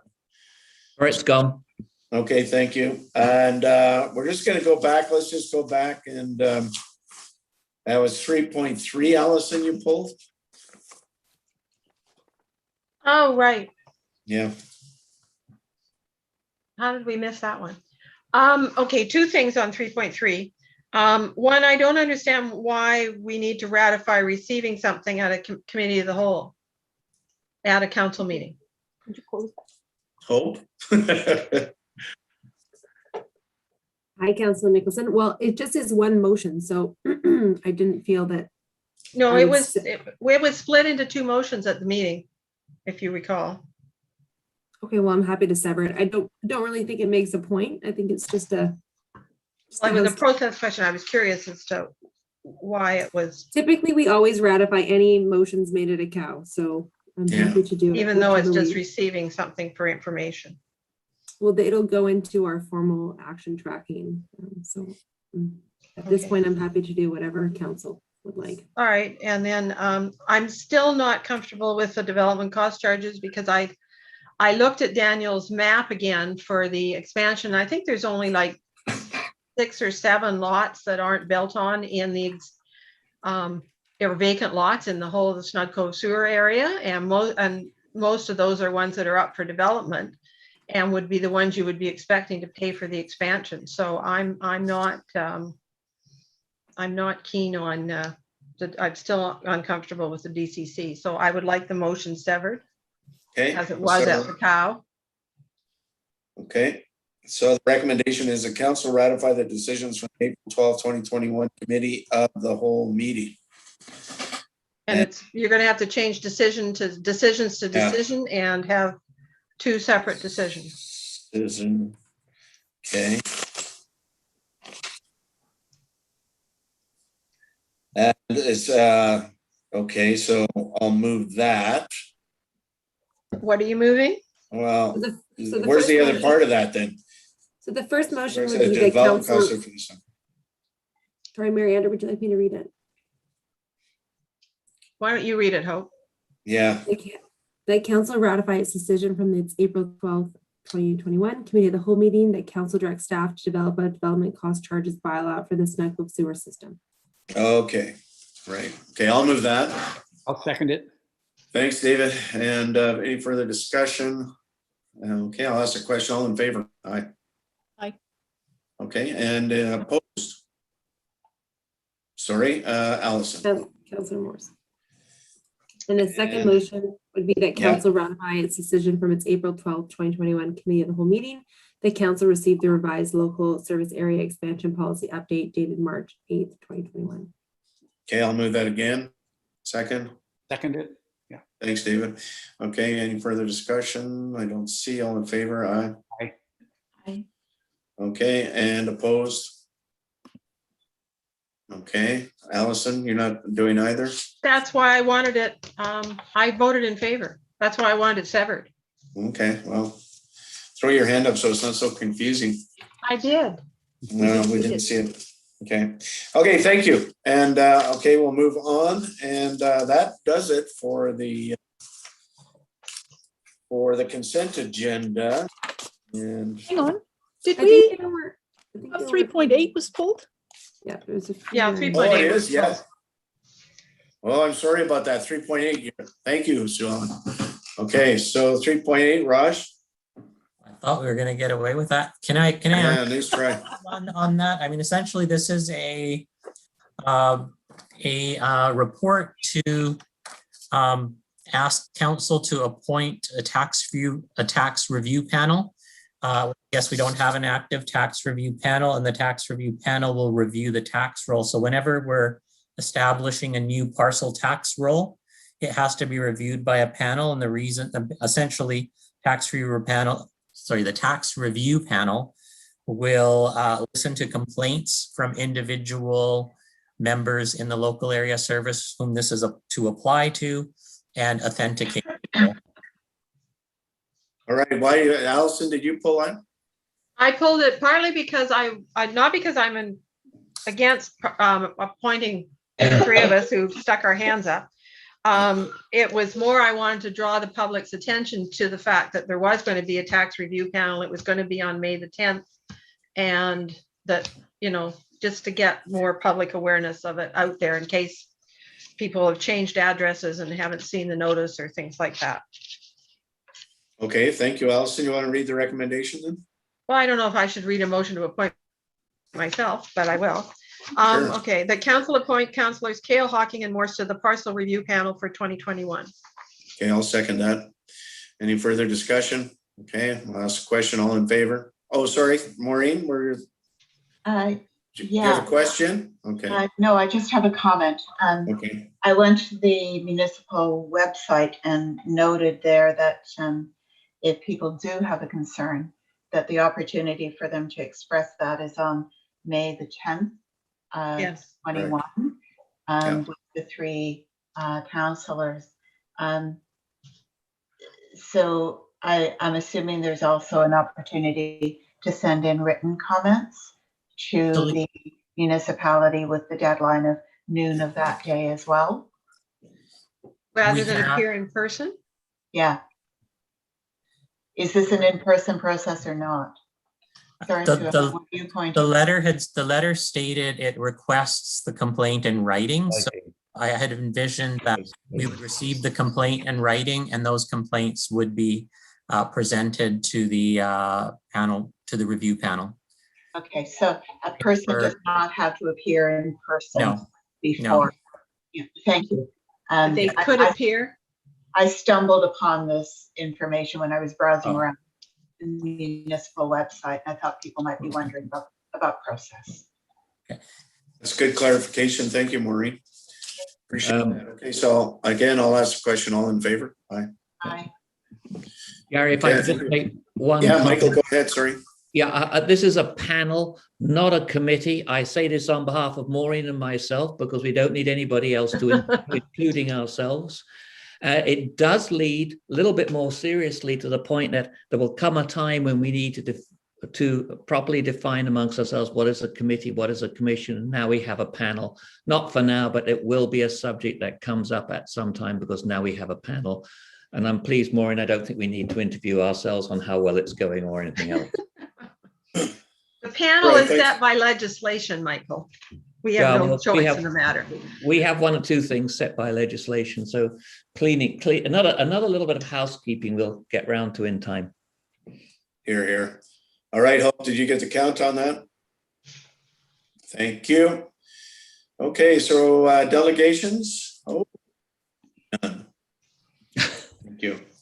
And okay, business arising from the minutes. Development variance permit application DVP 2021-0009, 1195 Fairweather Road, Mike Lightbody, Daniel Martin, Manager of Planning and Development, dated April 9th. Hey, Daniel, it's all yours. Okay, thank you, Miranda. Let me start this.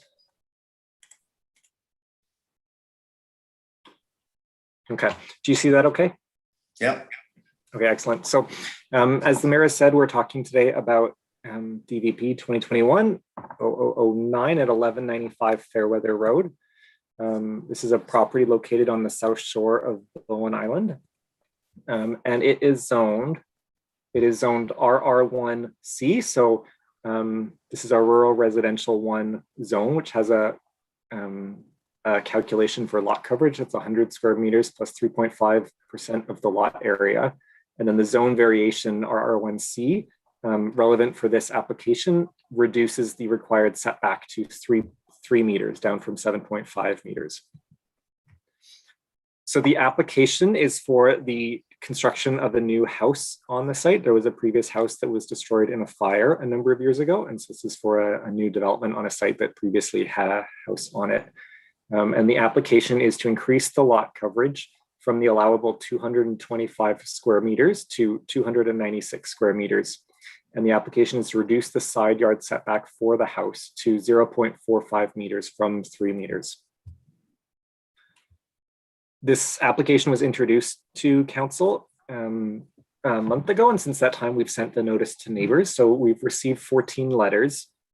And I'll say not all the letters indicated the address of the writer, but of the total letters, 5 were opposed to the application and 9 were in support. And I tried to map the letters that did indicate their address. So the immediate neighbors on each side did oppose the variance, but that's showing the overall response to date. And I'll note that the Strata Council did provide a letter of support as part of the application. So I won't go over it in too detail, but as I present to council, I can see alternatives for council for this application. So the first would be simply to issue the DVP as it is drafted. And the second would be looking at ways to reduce the side yard setback variance, which seems to be one of the focuses of public comments, both in letters received and what you heard tonight. So one option would be to amend the permit to remove the variance to reduce the side yard setback and just approve the variance with the lot coverage increase, but not the side yard setback. Or then I put in brackets what the applicant had presented today at the council meeting, which would be to amend the variance to the side yard setback to make that variance 0.9 meters instead of the 0.5 meters that was in the application.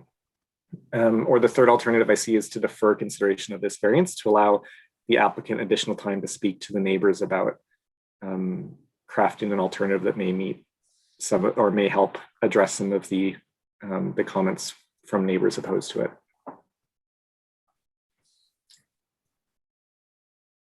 So that was the end of what I had to present, and then I'm open for any questions that council may have. All right. Thanks, Daniel. And so questions, everybody? I see Sue Ellen. Yeah, I'll just start with a question. Did you say reduce the side yard setback from 0.5 to 0.9? Because that sounds like an increase. I guess it depends how you look at it. It would be reducing the encroachment. Incursion. Thank you, Hope. Yes, reducing the encroachment. So to take the variance from 0.45 to 0.9. So moving the house essentially that 2 feet further away, as the applicant presented today. He said they could, based on the current design, they could reduce the encroachment by 2 feet. Thank you. Okay, I wanted to make sure I understood. And I'll just say, I'm interested in option 2 there about no setback.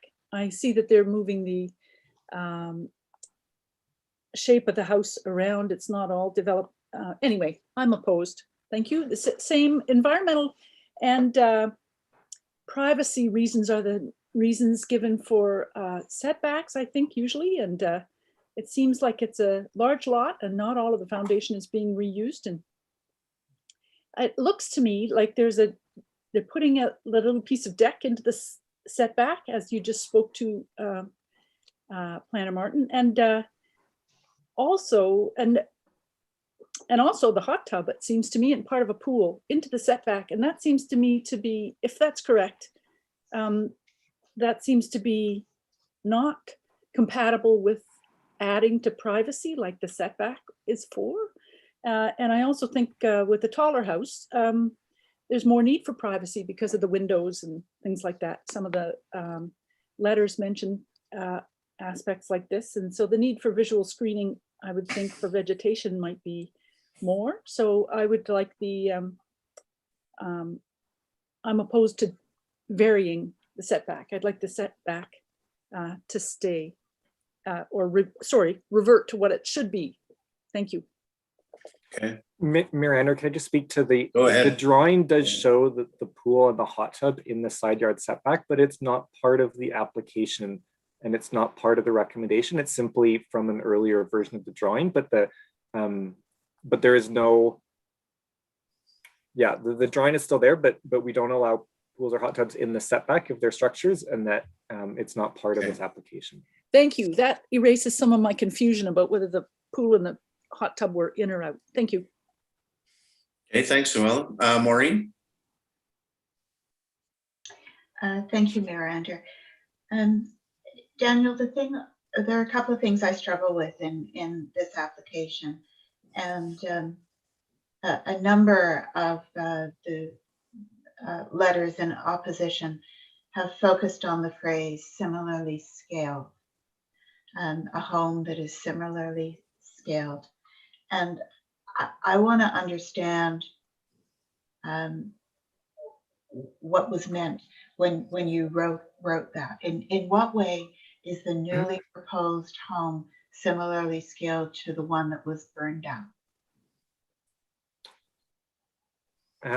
So I guess I would say, as I understand it, the majority of the house is on the existing footprint of the former house. What has changed in this than what was there previously is the garage building essentially is connected to the house. If I just come to my screen here.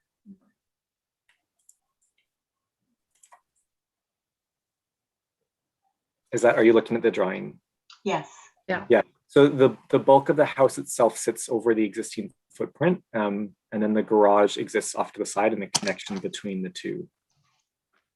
So the claim that it's similarly scaled is possible when you focus on the house and exclude the garage. Yes. Who said yes? I'm looking for Me. Daniel to say yes. Yeah.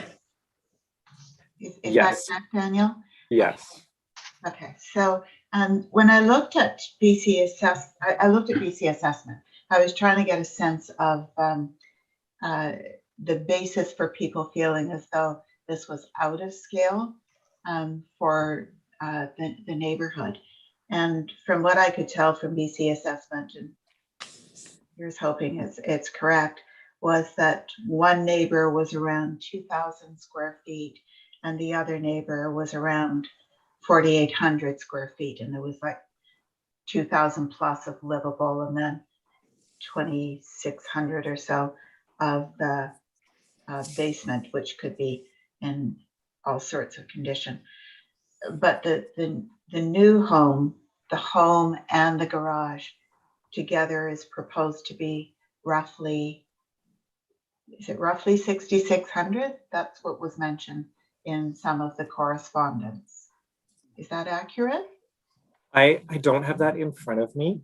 And I was just looking at the area would be the 296 square meters. And in square feet, sorry, I'm. Yeah, so that's 3,100 square feet of lot coverage, almost 3,200. Okay. So someone looking at this project, depending on their interpretation of the phrase similarly scaled, could either think, yeah, that's right, or no, this misses the mark. Because we're not actually, well, if you're looking at it from the perspective of square footage, it doesn't quite jive. Okay, thank you. Those are my questions for now. Okay, Michael? Thank you, You're Gary. muted. Thank you. No, I'm unmuted. I have to say, I have real difficulty when we have this type of application in front of us, and I will not be supporting option one. My first real difficulty with this is when concerted issues, complaints, concerns are raised by neighbors, by immediate neighbors, by long-term neighbors. I find that, for me, makes this doubly difficult. I cannot get away from the fact that the neighbors on either side have objected, and they are the ones materially affected. I felt the same on the Lenora Road when we had people, they were even closer, but you know something, they both have registered their objection. And I'm absolutely sure when I was looking at, is it Mrs.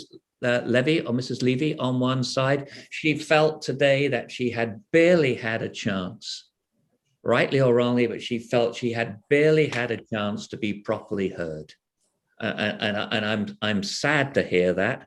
I don't think it was intentional. I just think it's one of those things. But nevertheless, if that is her perception, then that is our combined reality. That neighbor feels that they haven't been properly heard. The other thing that concerns me, when you talk about suitably sized, or maybe we could address it as character and form, because I'm sure we're going to hear a lot more about this in the future. When one looks at the length and breadth of this street, you're putting in a 6,600 square foot house, which rightly or wrongly has been described by one of the writers as a monster house, and I'm not holding that up, but that's how it's been described. If I had my way, I would put the architect and the owner in a room kindly with the neighbors on either side and say, I will let you out when you can come to some form of agreement, because I think they probably could. I actually believe they probably could, because they're probably all extremely reasonable people. And what the strata has actually done is actually left council to actually decide this issue in some regards. They said it's okay, the neighbor said it wasn't, and we're left now with the pieces. So I would certainly defer this for the proponent to have further discussions with the neighbors. I think one of the neighbors feels that they haven't been properly heard. I'm very concerned about that. And I'm doubly concerned when both neighbors object. So I'm sure there is a solution. I certainly don't want to vote on it today. I am happy to kick this can down the street and ask these good folk to come to some agreement amongst themselves and bring it forward to us so that we can agree it. And then the good folk can get on building their home, and the neighbors can say, okay, they've been fairly heard and they agree, and such agreement not to be unreasonably withheld. Because I am not going to support this. I just cannot do that when direct neighbors are in opposition. Thank you. Okay, thank you, Michael. David? Thank you, Gary. This is, as Michael has aptly said, this is extremely difficult, putting council in an extremely difficult position because we've got a strata that says, okay, we've got the majority of folks in the neighborhood that say, okay, but with the two neighbors on either side say no. I'm sort of leaning in Michael's direction, but I'd like to hear what other councillors think as well. So the two issues, though, that are one is the size, and I'm a little confused about the issue of this is big because of the garage, but there was an existing garage before. No. It wasn't attached. Is that correct? There was no garage before. There was no garage before. Or workshop. Okay, all right, so that does make it bigger. However, that we also see, though, that other houses in the neighborhood are similar sized. And then we've got the setback on the west side, and the architect, Mr. Lightbody, has talked about how we could shrink that down so it's basically a couple of inches further in than where the existing side yard was. So I was leaning towards approving this, but I'm very uncomfortable with doing so with the two direct neighbors unhappy about it. So I'd like to hear from some others, but I'm interested in Michael's idea. All right, thank you, David. Allison? I think we've got an issue here. What we're being asked to deal with is lot coverage. The size of the house is irrelevant because the size of the house fits within the bylaws. All we're being asked, and I remember dealing with this with two other variances over the years where the neighbors complained because they either didn't like the look of the house or they didn't like the size. But all we're being asked to deal with is lot coverage. And side yard setback. And the side yard setback. And the size of the house, set into the rock, it's not, if you look at lot coverage and some of the pictures that were sent, there's other houses that have bigger lot coverage and look bigger and more massive from the water.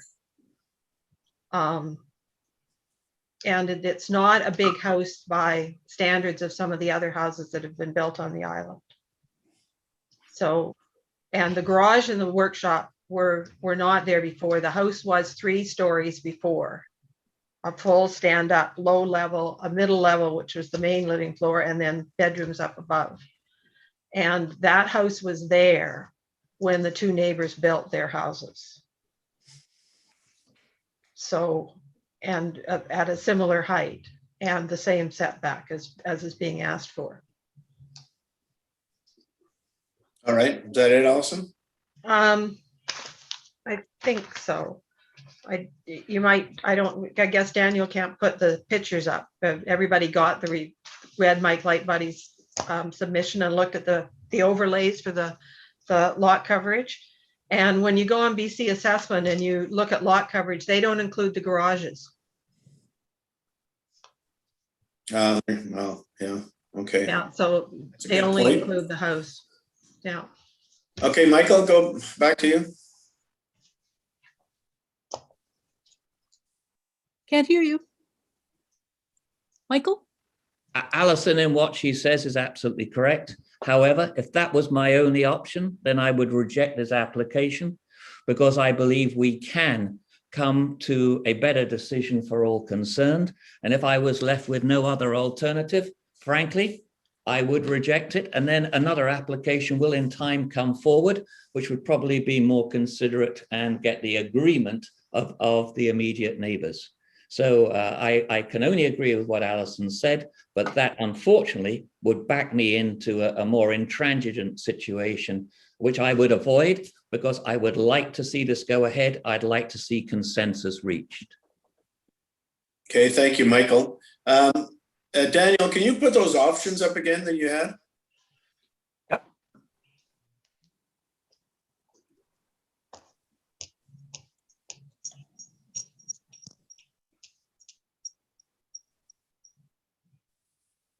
Okay, thanks.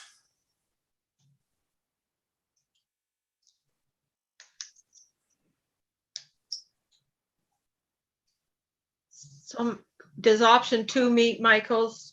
That removes the side yard setback, and that was what the 2 neighbors were objecting to? I think that was Very fair, Alison. Is that the only one that they were objecting to, the side yard setback? Yes. And yeah. I wish I had a chance to ask them. I mean, I've got the letters, but I've got lots of letters on this. But I mean, I to remember the specific paragraphs of each letter. Yeah, well, we're dealing with lot coverage and setbacks. We're not dealing with house size. Yeah, well, we still haven't. What happened to alternative 3? Did that drop off? Oh, thank you, Daniel. You know something? This is a very, very significant residence, and you're now removing their side yard setbacks. They've got to go and do architectural work, I presume, if we do that. I think, Michael, if you look at one of the items in Mike Lightbody's submission, he's got a way around, to deal with that. He's drawn it in, I think, without removing it. He offered that, so. Well, then, if that's the case, and I'd be delighted, I'd like to see it offered. I'd like to see that brought forward for our May 25th council meeting, which would then have the chance for Mrs. I hope I'm pronouncing her name right, Mrs. Levy, to make her comments, because we have, as far as she's concerned, given her restricted opportunities to express them, which is unfortunate. So let's defer this and let's see that alteration brought forward. So Michael, are you moving number 3? In which case? Or number 2. Well, it's a kind of an amendment, because I would like to see this deferred, and I would certainly like to see the side yard setback variance denied. So if I could make a motion? Hang on. Just a minute, Hope's typing in something. Okay. Oh, sorry, that was me. But just a second. I just want to go back to what. David, go ahead. Yeah, what we're saying here. So, keep the options up, please, Daniel. Okay. Your screen up. So since Mike has already said that they could and presented a diagram showing that what we see in the brackets down at the bottom of number 2, why can we not move forward on that right now? So, Councillor Hawking, I believe what Mike Lightbody was referring to was a 2-inch extension beyond the current foundation into the setback. So that would be the 0.9 meter setback instead of the 3 meters. So it would still be requiring a variance to the side yard setback. It would just be. But it would be the variance would be basically essentially identical, like who can see 2 inches, identical to what the original house was. Yes, correct. Yeah. Well, to the foundation, right? Yes, to the foundation. Yes. It would just be protruding over the foundation to protect it, that's all. Yeah, so what you're suggesting is that amend DVP that council amend DVP 2020 to amend the variance to the side yard setback to 0.9 meters. Yes. Yes, now that, I mean, we definitely heard that from one presentation earlier tonight. what I'm not completely sure of was whether whether that satisfies the neighbor on the west. Well, the neighbor on the west can't see the east side of the house. Right. No, I don't see that they can see it or not. I'm just asking that has, and they have the opportunity to review this, and we can review it on May the 25th. What harm is there in that? And the people have really had a fair opportunity to review this. Then, Michael, you need to make motion number 3 there. Yeah. I mean, for simplicity's sake, I would defer consideration of DVP 2021-0009 to the May 29th, 2021 council meeting, or I would suggest the May 10th meeting. That gives them 2 weeks. Fair comment, Alison, to the May 10th council meeting. So amend that to the May 10th council meeting, please. Second.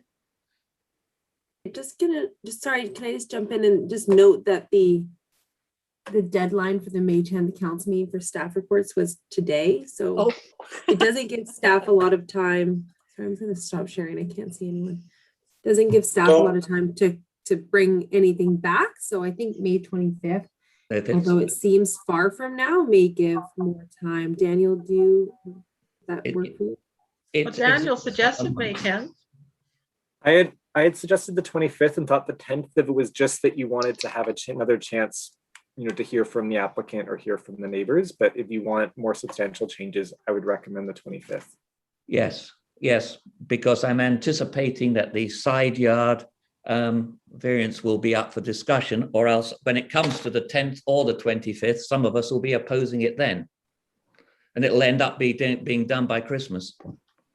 So yeah, if I might just pipe in here, I'm glad a lot of us got down there for the site inspection, because I think it was quite indicative of what's going on there. I felt, and I think at the time we all felt, that the house would sit in there very nicely. And I don't have a problem with the size of the house because of it's very isolated in where it is, and nobody's going to see it. I don't have an issue with the house on the eastern side. I do have a little bit of an issue with the house on the west side. And if we could reduce that the setback, well, the incursion into the setback, I think that would solve most of our problems. I think it would solve all of our problems. So either we go for the number 3 or we go for the number 2. I'm sort of leaning towards the number 2, that they reduce that setback back to the original foundation level, which is where the house was and was in place when the neighbors were there. And also the proponent has agreed to put in a block of trees along there and all that sort of thing to also alleviate that the closeness there. But I agree. I don't think we should be pushing the house any further to the west. I'm sorry, yeah, to the west. So I'm sort of leaning towards the second one there, the second recommendation. But I don't know how everybody feels about that. We've got the other one, I guess, on the table. Was it ever seconded or? Yeah, I seconded it. And the 25th is fine with me. That's great. Yeah. And can I have some confirmation? I didn't see anything about the trees being planted, just a question of clarification. That's in the letter from the strata. Can I just ask for staff to respond? Daniel? I don't believe that that's a condition of the variance. I think it was part of the strata review had indicated landscaping on that side, but it wasn't a variance condition. So it may or may not happen, or it's not something we can vote on. It was a strata condition. Thank you. Thank you. Okay, well, I guess we've got this one recommendation. Can you put those, I guess you can't put those 3 recommendations up again. Gary, I'm going to speak against option 3. I just feel that we just put us back in the same place. Well, I agree. That's why I was thinking of number. Anyway, as the person who proposed the amendment, David, I understand where you're coming from here too, and I'm trying to find some middle ground. I just want to give the people who I feel, rightly or wrongly, didn't really have a chance to push their case, are not suddenly going to find themselves at the end of our council meeting with a decision taken. And that's my concern. Well, it's still going to have to come back as an amendment. There's no question. If there's a way of coming back, if they have a way of expressing their opinion with this alteration, I would happily, as the proposer of the amendment, of the motion, to move this on. I'm on side. I just want to get agreement here, and I want to get this individual's voice heard. Okay, absolutely, Michael. Yeah. Can I just ask?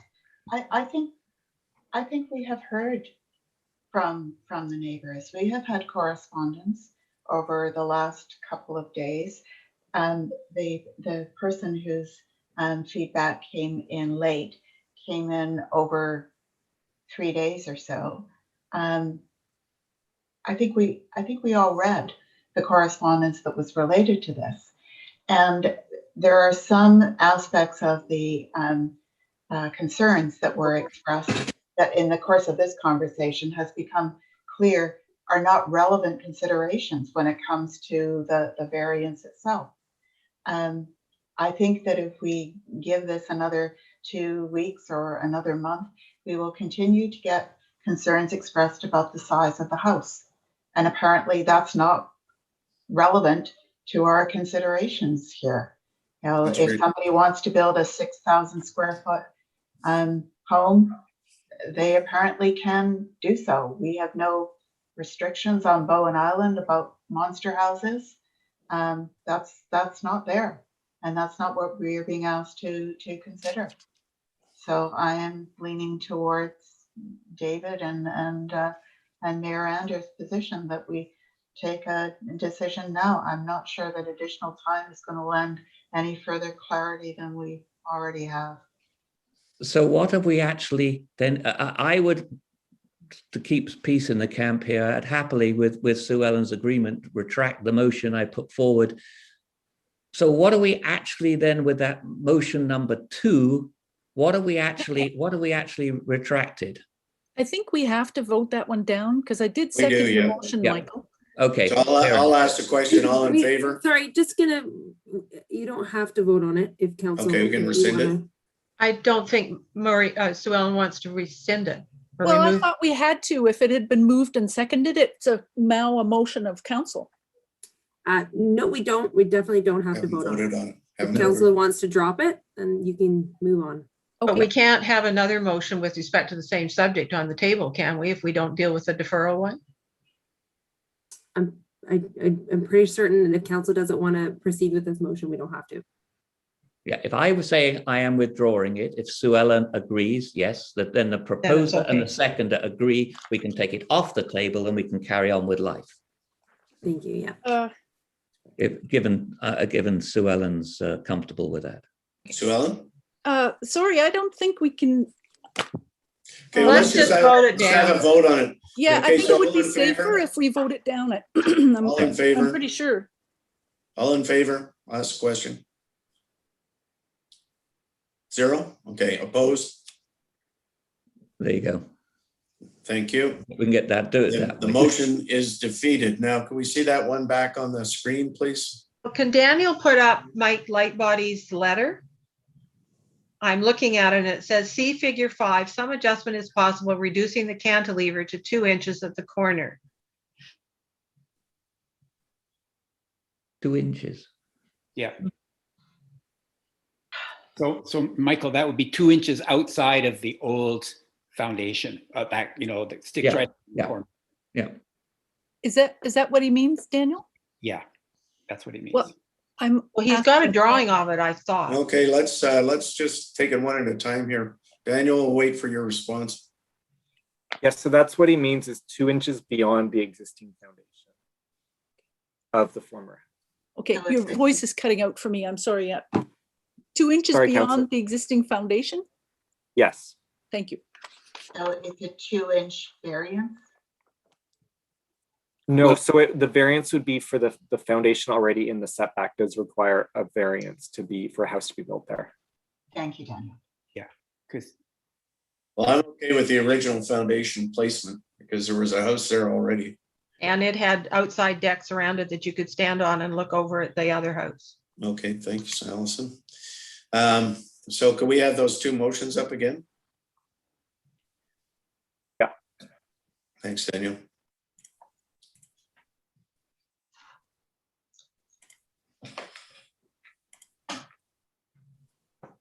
So is the one in brackets what he suggested, Daniel? Yeah. Yes.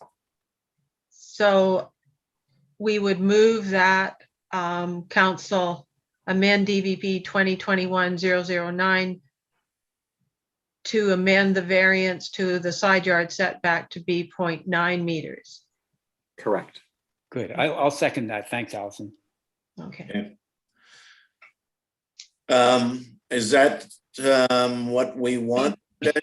Is it from what you're listening to? That would be to essentially move towards Remove what it. the applicant had presented today and in his letter, is to essentially reduce that cantilever section of the house. Okay. All right. So I got to go back here and so I'll ask a question. Did we get a second on that? David seconded it. Okay, thanks, David. Then I'll ask. Just confirm. So the Yeah. the specific wording is amend DVP to reduce the side yard setback. No, to amend the variance. To the side. I mean, I guess, Councillor Nicholson, that's where I was thinking, it would reduce the variance by increasing the required setback. Yikes. So I just left it as to amend and then to put the number in so it's clear. Okay. So what I have is that council amend DVP 2021-009 to amend the variance to the side yard setback to be 0.9 meters. Is that correct, Daniel? Yes. Correct. Yeah. Thank you. Okay, then. Okay, we got a first and second on that. Any further discussion? Daniel, then can I just ask what we have just decided, for if you are living in the Levy's home, what material difference have we made for them? So what it's done is it's reduced the cantilever of the house extending past the existing foundation of the former house. So it would be like the former house. No, like Or the less. foundation of, right? Yeah. Because you said the former house had a deck. Now there would be no little deck sticking out into the setback. Is that Well, there correct? isn't a deck in the plans. It's just a cantilevered piece of house. It's not a deck. Well, the protrusion, then, whatever Yes. you want to call it. Yeah. Okay, the concerns she raised about her driveway, which was adversely affected the last time. Are we making any material difference to that? I don't think so, are we? No. Can I clarify that, Michael? The driveway was never materially adverse the last time because her house was built after lot 14's house. Her driveway was damaged by the fire truck when they were fighting the fire. Yeah, that's right. Yeah. Nothing to, and it was above the rock wall that's worrying about. It was just and the rock wall is quite a ways away. It won't be damaged. Councillor Kale, I had flagged that comment and referred it to the building inspector. So the building inspector can require a geotechnical review of a house at time of building permit. And if he feels it's appropriate, he can require a geotechnical report as part of the building permit for a house. Can we specify that? Building. It could be a condition of a variance permit. As it stands, the building inspector has that discretionary ability to require it. What would he require the geotech for, Daniel? Yeah. The existing wall? If he's concerned about the stability of the site, he can require it. But it's not, it's the wall that's holding up their driveway on their property. Yeah. So I mean, I guess it would be if he's concerned that the construction of the house would imperil something, he could require that report. Okay, well, that sounds a little far-fetched. Okay, Sue Ellen? Thank you. I'm just going to Wrap this say up. that I am still opposed because even though it sounds like the right direction, I'm still opposed partly because the neighbor on that side's driveway that we're speaking about now appears to take up part of the setback. And regardless, just from being on site, it looks like it's a very narrow and steep kind of area with few opportunities for trees or any kind of visual or privacy screening, and let alone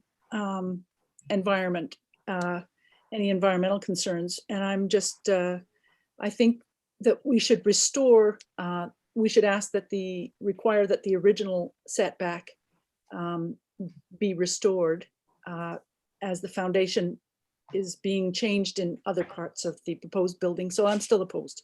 Thank you. Okay. So we've got did we vote on that? Did we move that? Hope? It's been moved and seconded. We haven't voted on Okay. the direction to amend the DVP. So sorry, yeah, the motion that I have is the council amend the DVP to amend the variance of the side yard setback to be 0.9 meters. And the second part of that motion that I didn't read let's vote on earlier is that the council issue the DVP as amended. Can you put the actual DVP up so people can see the wording?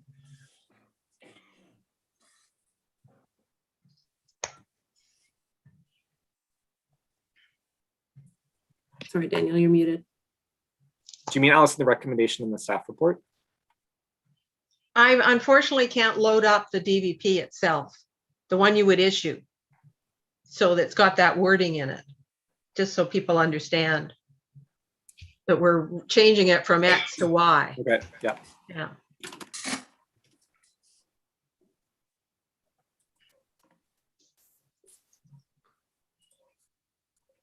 So this is the language in the variance permit itself. And so you would be changing part 2 to instead of 0.45 meters to be 0.9 meters. Right. Yeah. Okay. Yeah.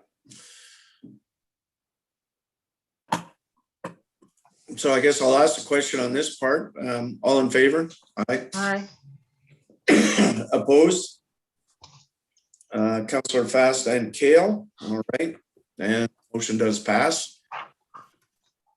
Is that, will that complete it, Hope, or do you need something else? Now we have to issue move the motion to the council issue development variance permit DVP 2021-009 for the variance of lot coverage and side yard setback for 11 as amended after 009, correct, Hope?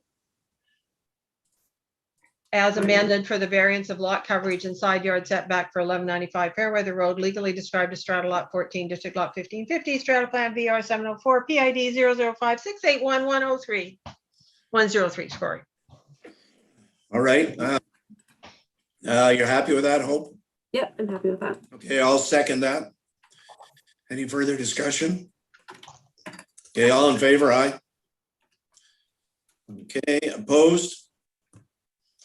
Councillors Fast and Kale in opposition, the motion passes.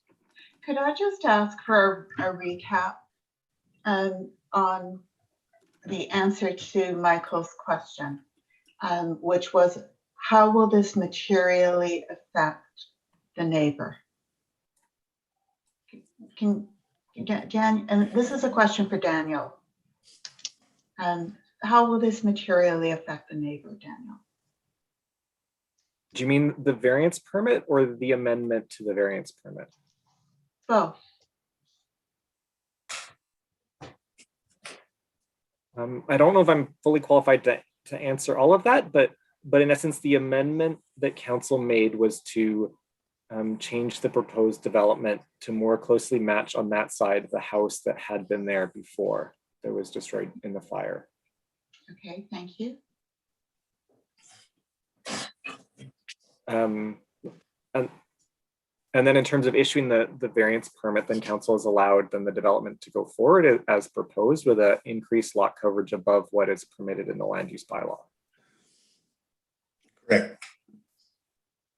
So, you know, you've heard from the neighbors, and I don't know if I can comment on how much they're impacted versus, you know, the alternate development would be a house complying with the land use bylaw regulations and the maximum lot coverage. And a 7,200 square foot house. Yeah.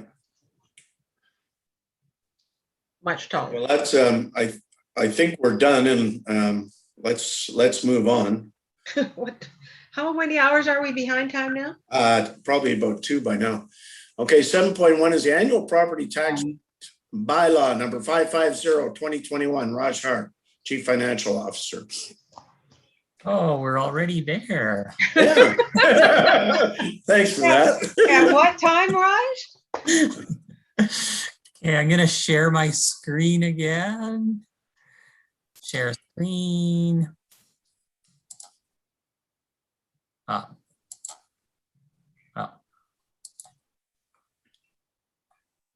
Bear with me for just a quick sec. What's all this nice Google Chrome thing I had on the side? So we're looking at the 2021 approved, the 2021 annual tax rate bylaw. So the 2021 approved financial plan includes a provision for property tax revenue of $6,113,100, as you see on the left-hand side of the screen here. And the municipal tax rates required to raise the revenue from each property class based on the municipal tax ratios reviewed in the when we approved the financial plan bylaw are included in the bylaw here and specified in terms of municipal tax rate.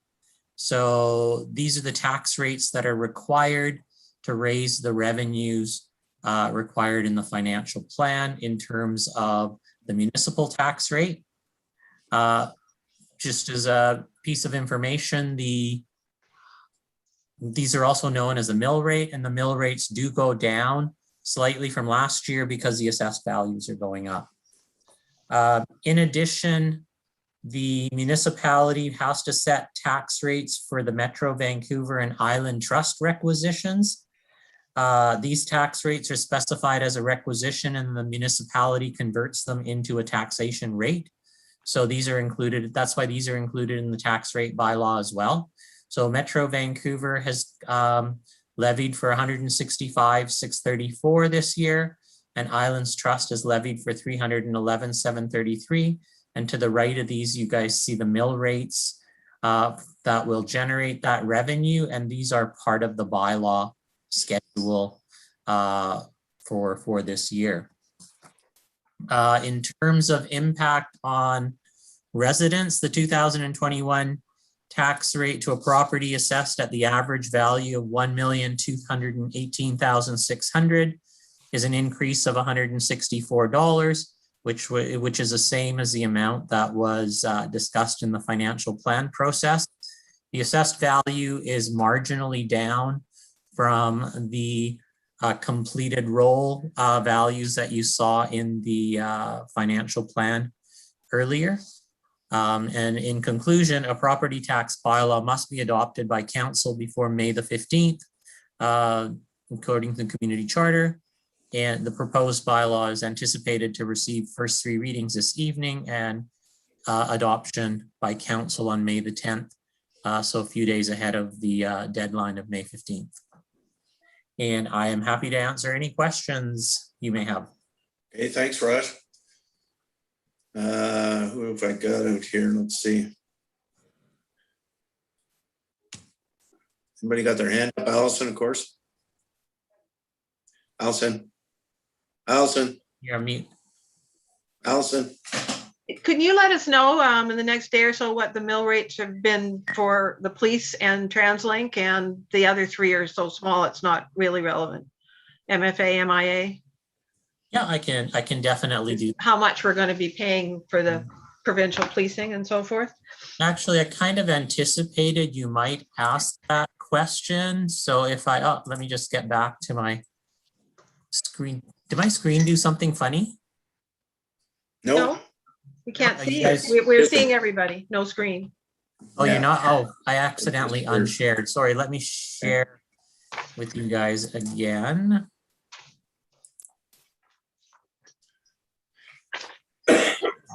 Share. Let me just get to the right slide. So here, okay. So in terms of looking at levies from the other taxing authorities, for Metro Vancouver, their levy is this year is 165,000. No, not those two guys, everybody else. Okay, here's the other guys. Oh, they're the other guys, So yeah. provincial school taxes, I have to do a calculation because I've assumed that the additional tax on homes over $2 million is going to be the same as last year. So assuming that, their tax rate went up by about 14.3%. So I'll fine tune that and send you the adjusted calculation because I didn't have time to do the calculation for the homes over $2 million. But the policing tax goes up from 428 to 455 almost, 6.2% increase. Transit authority is going up from 664 to 762, almost a 14.8% increase. Yeah, PC they're- assessment authority goes from 111 to 120, 8.4% increase, and municipal finance authority goes from $514 to $578. So we've had a big increase in our proportionate assessed values related to everybody else then probably, because the TransLink assessment is they get to increase the rate every year, but it's an inflationary rate. Okay. Yeah, so it means our assessed values have gone up. Our assessed values have gone up in comparison to others, I believe. Yeah, we've increased by an average of 12.1%. I'm not sure what the regional average is, Allison, sorry. Yeah. I have to look that up. Yeah. All right. Any more questions for Raj? Sorry, there we go. Okay. Thanks, Raj. See anybody with their hands up? So Would you like me to move that? yes. Bylaw number 550/2021, cited as Bon Island Municipality Annual Tax Rate Bylaw number 550/2021, be read a first, second, and third time. I'll second that. And if there's no further discussion, I'll ask a question. All in favor? Aye. All right, full house, thank you. And we'll move on to back to Raj at the alternate tax collection bylaw number 551/2021. Raj Hare, Chief Financial Officer. Back to you, Raj. Thank you. I'm just going to, I probably don't even need a Not really. PowerPoint for that. Actually, you know what? I'm going to stop sharing. I don't need a PowerPoint for that one. Okay. You have a screen, but screen has stopped sharing, right? Okay. Yeah. Alternative tax, an alternative tax scheme bylaw is required if council wishes to vary the application of the penalty for unpaid taxes from the general collection tax scheme. So in the absence of an alternative tax scheme, the penalty application is defaulted to the general tax collection scheme, which requires a 10% penalty to be applied to taxes unpaid as of July 2nd. So given that we're in a continued state of the COVID pandemic, staff are recommending extending the terms of the alternative tax scheme bylaw that was adopted in 2020 to apply a 2% penalty on unpaid taxes on July 2nd and an 8% on unpaid taxes on September 1st. The reason this bylaw has been brought forward is because last year's bylaw had a sunset clause, so it automatically expired January 1st, 2021. I'm happy to answer any questions on that bylaw. Okay. See Maureen's hand up. Just to say, I'm really pleased to see that you're bringing this forward again, Raj. I think that it will be potentially valuable to some people who find themselves challenged by circumstances. And if I remember correctly, there weren't very many people last year who took advantage of this option, but a year later, circumstances may be quite different now for them. And my question had to do with if we did find ourselves in challenging circumstances as a municipality with a delay in people paying their property taxes, is there a plan B For example, would you be looking to using the 1.3 million that we received as COVID funds from the province? We don't have to specifically designate use of that because that has been deposited to our bank account. So it is available to use for cash flow purposes if our cash flow is down. So in answer to your question, it's available for cash flow purposes. Great, thank you. That was what I wanted to confirm. Thanks. Okay, thanks, Maureen. Allison? Mine was just the clarifying question that I asked you when the report came out. This alternative tax applies to all tax classes, not That's just correct. residential. Yeah. So that is correct. And last year, it essentially legislation supersedes bylaws, or senior government legislation supersedes municipal legislative bylaws. So when we did this last year, I believe we had, I can't remember if we did it just to class 1, but even if we had written in our bylaw that it applied to all classes, the provincial legislation which allowed businesses up till October the 1st would have superseded us. But to answer your question directly, Allison, yes, it applies to all classes. Yeah. And the province hasn't extended that legislation this year, have they? No, they have not that I'm aware of. No. Yeah. Okay, thanks, Allison. So the recommendation is a bylaw number 551/2021, is Bowen Island Municipality Alternative Tax Collection Bylaw number 551/2021. Be read first, second, and third time. I'll move that. Second.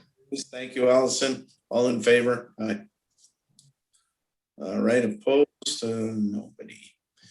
All right, 7.3, proposed housekeeping land use bylaw amendments. Daniel Martin, Manager of Planning and Development. Daniel, thank you. I meant to, Daniel, go ahead. Thank you, Mayor and Council. I think at this time, staff were looking to defer this item in light of feedback from Council, and also one letter from the public. We would just instead look for a motion to defer consideration of bylaw. Okay. So I would move that, do you want me to read the whole motion, Hope, or can I just say I move that item 7.3 be deferred? Yes, that's perfect. That it'd be deferred to the May 25th regular council. May 25th? Is that, or Daniel, May 10th, May 25th? May 25th. Thank you. Second. Yeah. And any further discussion? Probably not. All in favor? Aye. Aye. Okay, thank you. Move on to staff reports, equity, diversity, and inclusion, the EDI policy number 2101, EDI working group. And whoever wants to lead on that, go ahead, please.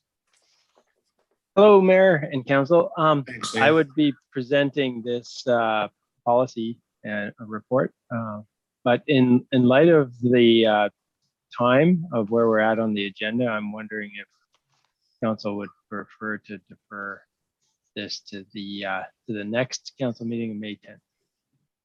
Yes. Yes. I think that would probably, I think it's going to need some discussion. So I think that would probably really alleviate our situation tonight. Thank you, Liam. Yeah. So I move that council defer item 8.1 until the May 10th council meeting. All right, thank you. I'll second that. And all in favor? Aye. If we have specific questions, would Liam like us to send them to him in advance so he can think about them? Sure, yeah. If you have specific questions or comments, then would really appreciate that. And I promise not to send handwritten ones. Thank you. Okay, so the next one is a community center project briefing. Liam Edwards, Chief Financial Officer. Liam, over to you. Okay, I'm going to Can we, share. Mr. Mayor, can I take a 2-minute break? Sure, absolutely. Okay, thank you. I'll be. Okay, quick 2-minute break for everybody, or I can get another glass of wine. a glass of wine? I gotta get Water. a glass of water, yeah. Oh. And to see if I can still move. 2 minutes.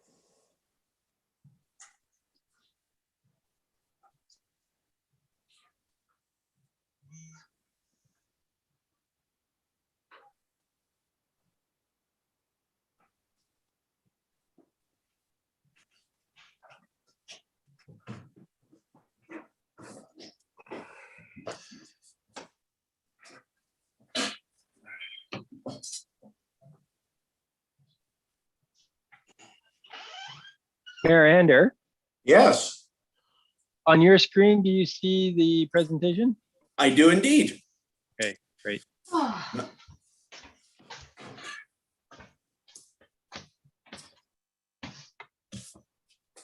Oh, I need to go get my button out. Oh, can't move.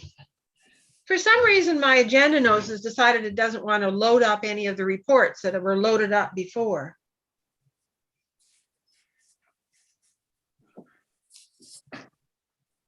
Oh, well, I got, no, that's the Environment and Climate Action Committee.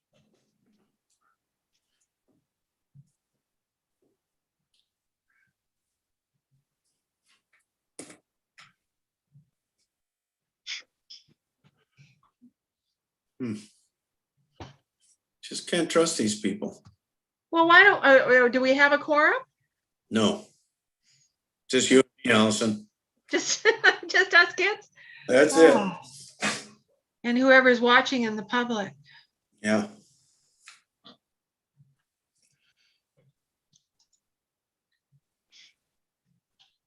Oh.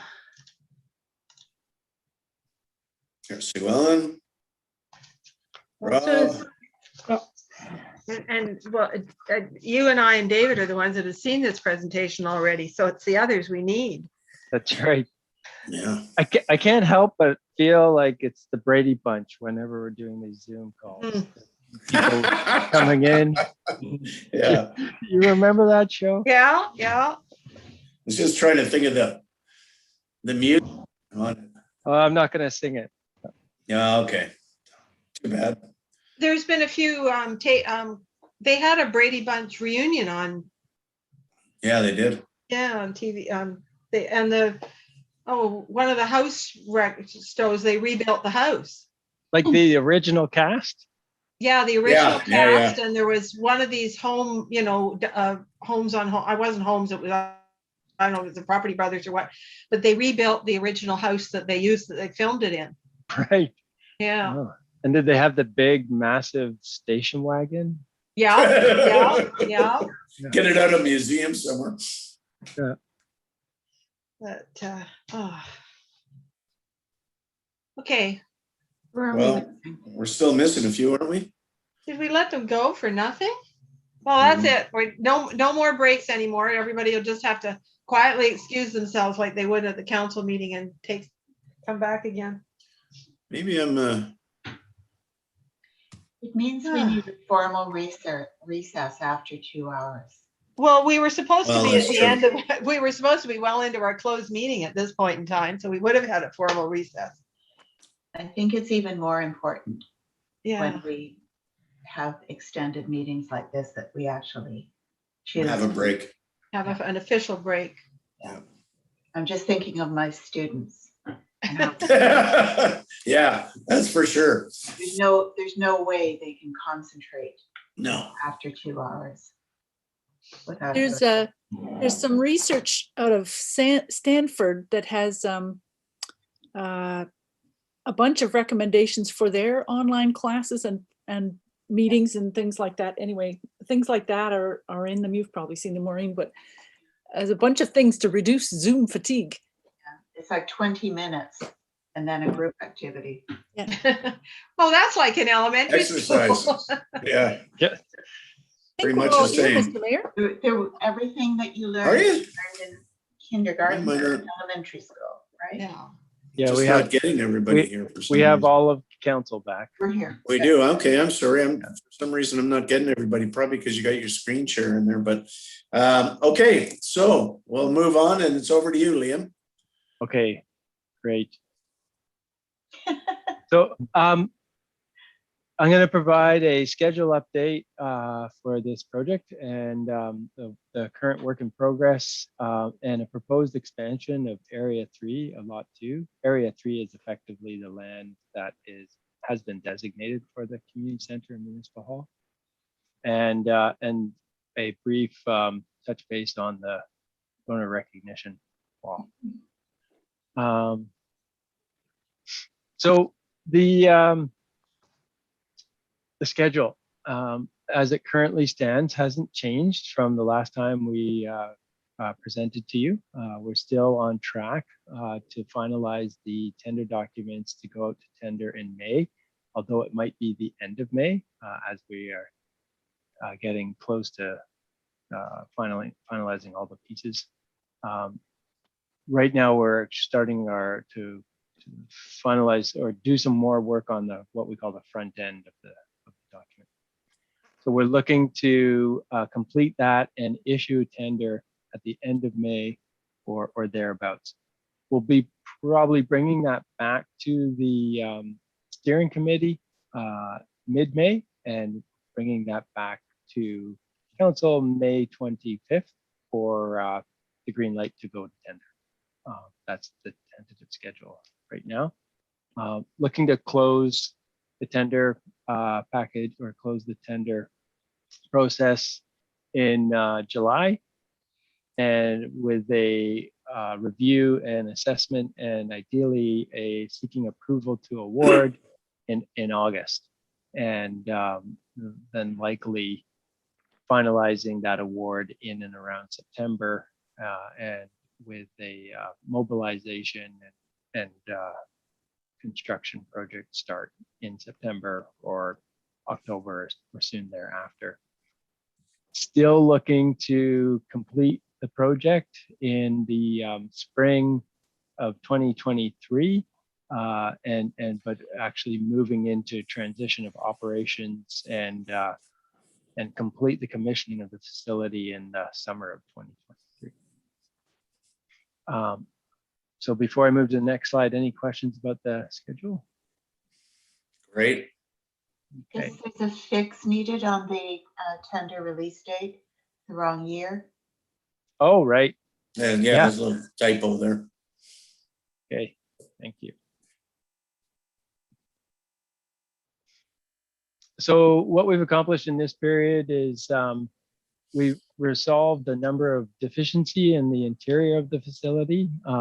So there was some unforeseen deficiencies, and as we got into the more detailed design work for the tender package, we realized that a couple of things had been missed, predominantly storage. So it's kind of one of those fancy new homes that have been built with no closets. And so we really needed to identify a way to allow for portable tables and chairs to be stored away, but then brought out easily for use in the large multi-purpose room or performing arts room, as well as the smaller multi-purpose room. I guess at some point in the past, there was a decision made that tables and chairs for any event would require rental of tables and chairs, and that they would have to be brought in. And we felt that that was just not a feasible way to program the space and to use the space, because it would be pretty restrictive for any small community group or committee that was meeting to bring in 5 or 6 tables and a bunch of chairs. So we had to do a little bit of internal redesigning to accommodate a space to be able to store those tables and chairs and some other storage needs, so that the building could be programmed efficiently. We're finalizing the details on millwork, acoustics, and wall and floor treatment, and down to the doorknobs. So we're really getting it down to the nitty gritties so that the tender package is fully comprehensive. Some of the site development solutions were necessary to accommodate some of the building footprint changes and parking requirements. And I'll get into that in the next slide. But essentially, there were kind of two primary changes that were needed to the building footprint. One was to increase the accessibility of the building to ensure that it meets the highest accessibility standards of the day. And so that means a widening of some doors, a widening of some halls, a widening of the bathroom stalls, and just making it that much more accessible for people with accessibility challenges.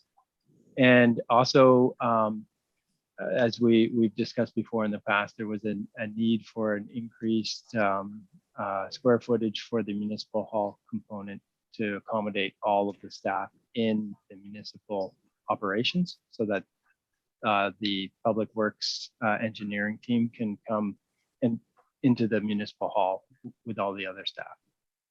That required some changes to the actual footprint in and of itself. And I'll just move to the next slide. And so on the left-hand screen, you can see the original building footprint. It's surrounded by some parking to the north and parking to the west. And there was conventional in and out access for vehicles. That in and out access also proved to be a concern to program staff because there was no easy way for people to enter the site and drop people off and pick people up quickly and exit the site quickly. It would require an individual to drive probably to the back of the facility to do a turnaround safely and then have to navigate through the parking lot again. And so we had good discussions with our partners next door at the school and with the soccer club about the ability of using a small portion of the field that's adjacent to accommodate a turnaround near the entrance of the facility. There's an interesting sliver of land of the soccer field that is on the community lands, right near the front corner of the property. And in talking with the soccer club, the football club, it was understood that we could encroach on that into the field, still being on our own property, but encroaching on the field a little bit without interrupting the soccer field size requirements. And in discussions with the school and the principal, Scott Slater, we were made aware that there is a emergency vehicle access portion in that area right now. If you go into that sort of gravel parking area there's a chain link fence and it has a do not park sign, and that's because that's emergency vehicle access to the back of the school. And so the design, any design changes that we propose here have to be able to accommodate that access still. However, the overall project that we're moving towards, I think, should further improve access to the back of the school anyway. So, but that's maintained that emergency vehicle access. So on the right-hand side, we're seeing the new building footprint, and we're seeing the consideration of the roundabout. The dark orange circle is the circle that we are building into the tender package. The concentric rings around the dark orange circle just speak to the vehicle turning radius for larger vehicles. The center ring, the dark orange circle, is sufficient for standard passenger vehicles. And this new design allows for at least 4 pickup and drop off spots right near the front of the facility to make it easier for people that are, dropping their kids off for a program, or, picking somebody up after a show or something like that. We also wanted to improve the accessibility for pedestrian and cyclists as well. And so we want to make sure that the design is considerate of the new multi-use path that is going to be going up right in front of the building, and as well that we're really thinking about the access of kids from the school. How do they access the site, and how do just general pedestrians access the site? And so all of the parking along the most western edge of the facility, which was parallel parking, was taken out to reduce the congestion of the parking in that immediate area. And the parking in the north area was also taken out to improve accessibility for large service vehicles, which wasn't really taken into consideration before. So that's where garbage and recycling, propane, if you've got a really large event, you might have a large moving truck that's showing up with a whole bunch of props or things like that. And so we're at that place in the project where we're getting down to the finer details, and we're discovering the little pieces that need to be refined to make the building function better from a programming perspective.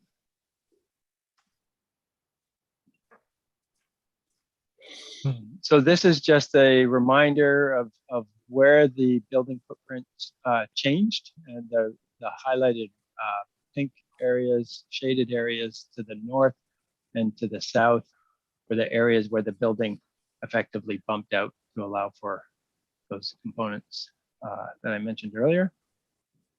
And so one of the key things that we're seeking approval from council this evening is around the expansion of the lands that are currently dedicated for the community center.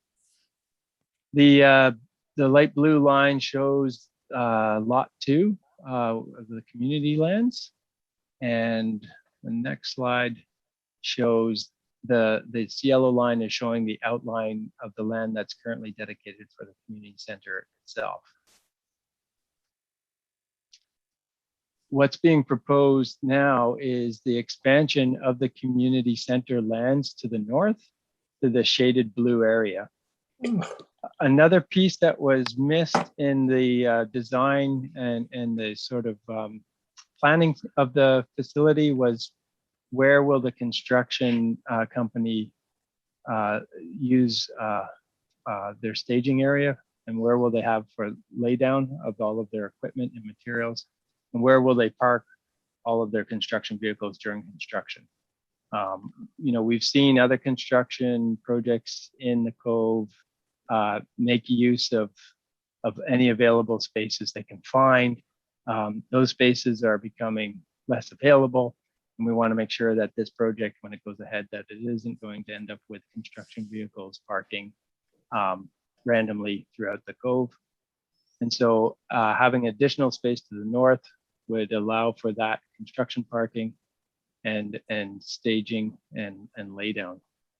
It would also then provide for additional parking once the facility is operational, and it will also provide for better access to the north side of the school, so for better emergency access, and so for emergency vehicles, but also for potentially future access to those lands to the north as well. There's an additional possibility that these lands could be used for other community amenities and ideally, recreation-based amenities that tie in with the community center. If there is going to be a need to expand the community center to the north, is really the only direction we can go, because the slope to the east is incredibly steep, and we're not really able to push out in that direction. And to the west is pushing into the school, into the soccer field. And so the north is really the only direction that we have to go if we want to provide expanded services. So if I move to the next slide, it shows a conceptual drawing of what that proposed parking area might look like. This is just a conceptual drawing. It's not likely to look so polished as is. The direction that I've been providing is to keep it simple, keep it low cost, keep it more in the Bowen style of parking. The vision is something that is more akin to the parking that was being utilized at the health center site, and something with a more of a roughed-in gravel parking, but with a user-friendly pathway and access to and from the parking to the site. So this wouldn't be a paved curb and gutter full-on city style parking. The large green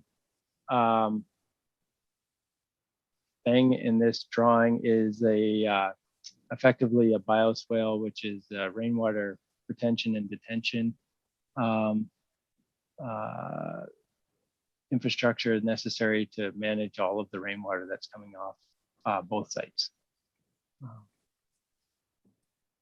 So the recommendation for you this evening is that the Community Center Select Steering Committee recommend that Council approve the expansion of Area 3 of Lot 2 of the Community Center lands by approximately 1.2 acres as shown in the proposed zoning area boundary presented at the April 1st, 2021 Community Center Select Steering Committee meeting for additional parking to meet present and future requirements and for community facilities.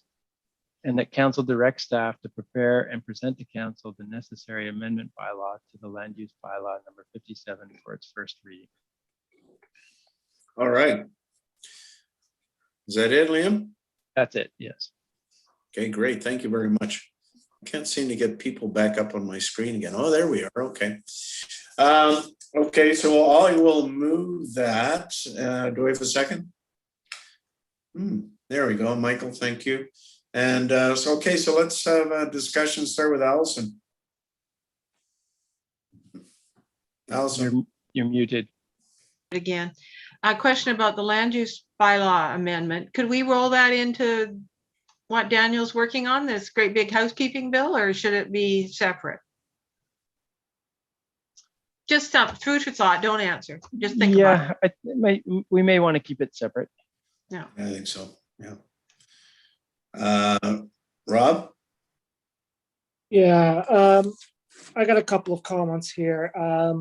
First off, I don't think that's a minor adjustment. That's, to me, pretty significant. And, one of my past challenges has been with the community consultation around the fire hall.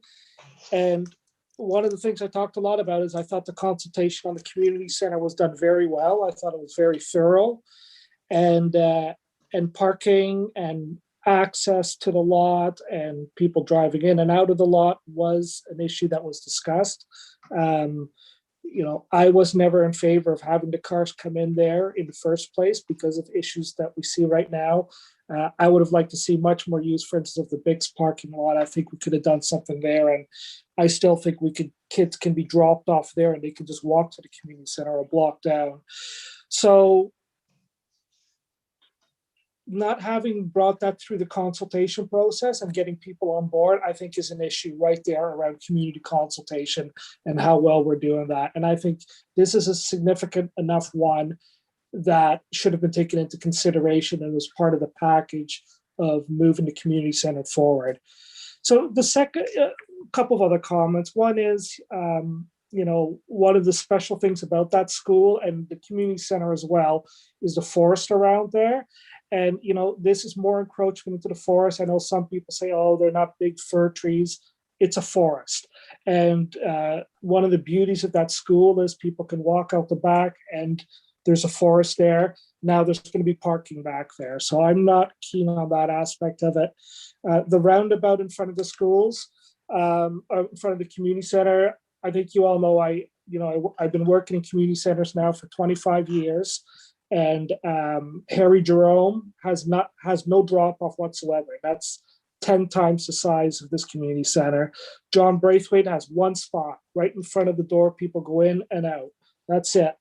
And we're just about to open up Lions Skate Community Center. You can't even get a car to the front. It's all walking, cycling into the front. There's zero car access anywhere. So, then you look at our community center now, and there's parking in front. Now we're doing a roundabout, which I think is very pedestrian unfriendly in front of it. And now we want to do more parking in the back of it, cars driving in around the back. From a design perspective, I don't think it's good. From an environmental perspective, I have a lot of problems with it. We talk a lot about, climate change emergency, greenhouse gas, and all that kind of stuff.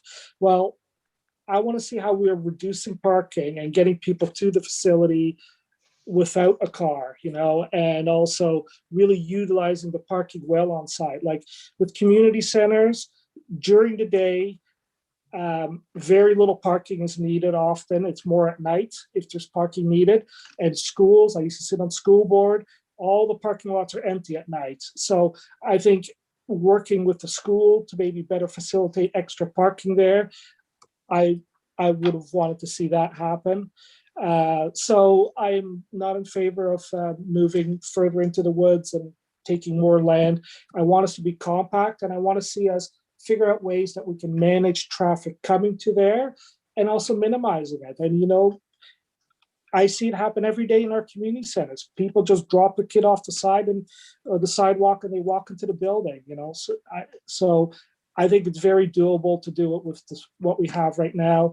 And for me, especially with the consultation component in there as well, getting the community behind this, this expansion, I think, is significant enough that I think people would have had reservations about the design. So I won't be supporting this motion moving forward. Okay, thank you, Rob. Sue Ellen? Thank you, Mr. Mayor. Yeah, it's very interesting for me to see this too. I have to admit that I was taken aback by what I thought was, we chose this site because it was in and near the cove, because it was adjacent to the school, because it would be on the transit route for buses and on the trails, because they connect behind the school and on the multi-use pathway. So I thought we were in a transition era, and I was looking forward to seeing where would the big electric assist cargo bikes that you push, that you have the two kids in the front, or you have the trailer out behind with the trailer that's got your groceries and your baby in it. And I thought that might be what we would be looking at tonight. And instead, I see that I think Rob has talked about some of my concerns, but it's like we're bringing the car and car dependency back in. My impression was that now we're expecting drop-offs of people to the community center from vehicles. I never expected that. I thought that was going to happen over in the community school parking lot or elsewhere in the cove, or that people would be coming, walking, bicycling, or coming off of buses. And if it's the evening, then there's the regular daytime places to park would be empty. So I'm kind of concerned. I thought we were in a climate emergency and that we would be using this to help Bowen citizens make the transitions into a more sustainable future. We've got a active living guidelines that I don't see referenced here. We've got a transportation plan that we've adopted, and in the staff responses, I don't see that either the transportation planner, Emma, or Bonnie, our environment and Parks and Trails planner, have been consulted, because one of the things that I remember being so excited about, and I'm looking at the homepage of the Our Island Place, is the idea of a hive bristling array of activities. That's all great, but including running groups going out from the school, from the community center, and learning and children bicycling in from the bike park, and that kind of linkage. Instead, I'm seeing a more of an urban kind of idea with cars dropping off and that kind of wrap around by vehicles. The idea of a road extending in further to the community lands, which was never in the original ideas, and which I think is a problem for, I'm sorry, I'll speed up, is a problem for the idea of walkability between the school and safety and the connection, the community connection. It was the idea of the living room having nature close and having the connection, and the connection to the trails and the beaches and the multi-use pathway, which are our outdoor recreation resources.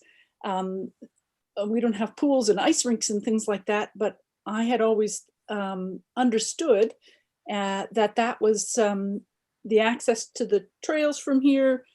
Day camp kids and everybody would be using that more as it. So I saw a trailhead kind of function and bike parking and learning to make these big transitions as part of the activities. So I think we should revert to I can't support the motion, I'm afraid. I think we should revert to a Bowen style and not an urban style. The idea of Bowen is it's small and it's people scaled and close to everything. And I think the idea of active living is walking and cycling and maybe plugging in your electric bike or something like that. If we're down to the doorknobs, I can see that naturally you'd want to focus in on the details and the doorknobs on the inside. But I think we might be cutting off the people who we hope to be using this facility, like everybody, equity, and building in some car dependence and into the way the building functions. And I don't think that was what was originally envisioned. And I'm also wondering about bringing in the other staff, the engineering group. I think that's great, but I didn't see that as part of the decision making. So that was a surprise to me as well. And I wonder if there's maybe that could be explained a little bit more. And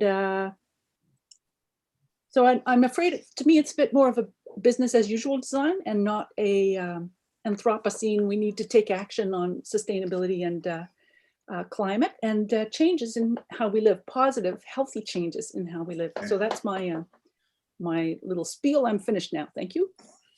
Thank you, Sue Ellen. Yes, I take those things into consideration. Just for clarity, this has been a hope of the community center select steering committee since day one, that we were thinking more of a community campus approach with a nice wrap around to the school, because the kids will all be coming out of the school and around the end there. And basically just for expansion, future expansion. This is by no means a permanent parking lot. I appreciate what you say about the future of transportation and that sort of thing. This is just going to be a roughed in parking lot for the time being. But what we're really talking about here is land for future expansion of the community center, which we certainly couldn't afford at this period in time, but will be demanded by the community in the future. So having said that, over to you, Maureen. Thank you, Mayor Ander. I'll be supporting this motion, but I'll be supporting it with some reservations. And some of those Rob and Sue Ellen have touched on, but there's another reservation which nobody's mentioned yet, which is that the lands that are designated here were flagged for another purpose, which was housing. And there's a large chunk of land behind the community center that was supposed to be dedicated to the equivalent of access the most recent information here, the potential 33 townhouses. And roughly half of the land that would have been available for those 33 townhouses is taken out of the picture by the expansion of the community center farther into this lot. Personally, I think that the community center does need to expand back there. I think it does need to not be boxed in as much as it has ended up being boxed in. But I really would like, as part of this decision, for some consideration be given to making sure that there is no net loss of potential housing space. We have at the back of lot 2 a really significant chunk of land that is currently called Park, and that was essentially a default It was a land bank. And I would like, if possible, not tonight, obviously, but I would like for some of the lost housing land to be recouped as part of a rethinking of how Lot 2 is working as a whole. But as I said, I'm prepared to support this motion as it stands, and with the promise that if the housing issue isn't addressed, I will hammer at some doors.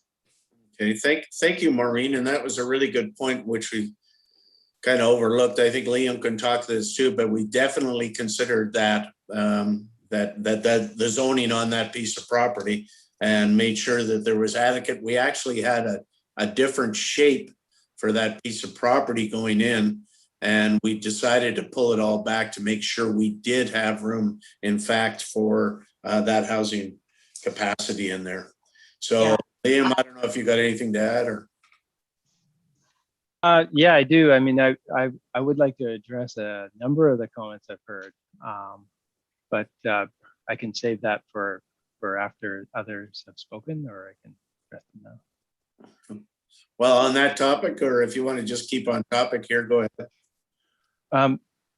Yeah, on the housing front, Mayor Anders right that the original proposal was a different polygon, and the discussion both at the Mayor's Standing Committee on Community Lands and at the Select Committee on the Community Center both agreed that the polygon should be reoriented to maximize the future intended use for housing. And we got confirmation from the planner, who was consulted on this, as were all of the departments, including engineering and public works, that the designation of the land would still allow for housing, and that even though it was being used as a parking area, that could easily be transformed into multiple future uses, and that it wasn't expressly limited to the use of parking. One could envision a variety of different ways of utilizing that space for community benefit. And that was discussed at great length at both those committees. May I ask, was there any discussion of designating any of the parkland as housing land? Which No. committee? I don't care on which committee. It's always been, as far as the Mayor's Standing Committee on the Community Lands, it's always been, we didn't designate it as that. We've left it just as future land for whatever. I mean, we can certainly put housing there if we deem it necessary. I think there's some other areas we figure that's a pretty valuable piece of property back there, and there's other areas for housing that we could consider first. But that's sort of where that sits, yeah. The rest of lot 2 has not been designated. There is a road right of way. Well, it's not really a right of way, but there, in all of the plans since well before I got here and to date still, there is a 15-meter designated road access through this site to the back. And that, from my understanding, was always the access route to get to some of those lands in the back. And there was concern from the design committee that why do we have a designated road going right in front of the community center? And from the design committee perspective, the feeling is that is not the best access point. And so the design committee feels that, future access to the lands in the back really should ideally be accessing it from different places. So I think to Councillor Fast's comments and Councillor Winan's comments, there's real concern that the previous plans allow for too much of a road feel, and that's something that we actually want to get away from. And the previous plans, which I would be happy to bring up again, had that road carrying on to the north, so that's always been in the plan.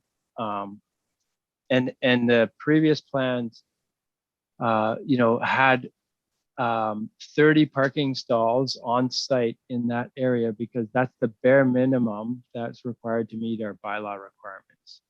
And what we felt was that the way it was designed is that it was just too heavily constrained. Imagine the library parking lot, but even more constrained and trying to navigate in and around. So we felt to improve accessibility, to improve pedestrian and cyclist, experiences, it'd be better to get that parking out of the immediate area and move it to the north. For our own bylaws, we are required to provide at a bare minimum 30 lots. And right now the redesign has the majority of those effectively off-site and away from the immediate building. But allowing for in the immediate building, the wheelchair accessibility, there will be some EV charging stations, improved parking for bicycles, and in the north area as well, the contemplation of a scooter parking and other vehicle, like alternative vehicle parking, smaller vehicle parking. And so a lot of those thoughts are in the design groups thinking. And but with the compressed time, I haven't elaborated in great detail. There are I did also want to talk about that we have had thorough discussions with the school, and the school is not interested in the community center relying on its parking lot for the community center parking lot. It was okay for evening when we talked with them initially. For special events, yes. Yeah, for evening, for special events, for where we talked about how we will program collaboratively so that we can, like, the school can use the community center parking when they're having a big function in the school, and we would try to make sure, ideally, that we don't then schedule a big event at the community center so that the community center could use the school parking. The large multi-purpose room can hold 180 people. I don't think it would take much for Bowen to fill that room with a big event. I don't personally think 180 people are going to show up on the bus or on bikes. I think we are going to have to provide some parking. And the school will have some parking available, but even then, people will still have to park elsewhere, down in the cove. Maybe they have dinner and they walk up. There's no way we're going to provide enough parking for a full complement of 180 people. But with the bare minimum, we will still be having people parking all over the place for a large event. Okay. So I should stop there and let others ask questions. Yeah. Okay. Let's go back to the list here, Michael.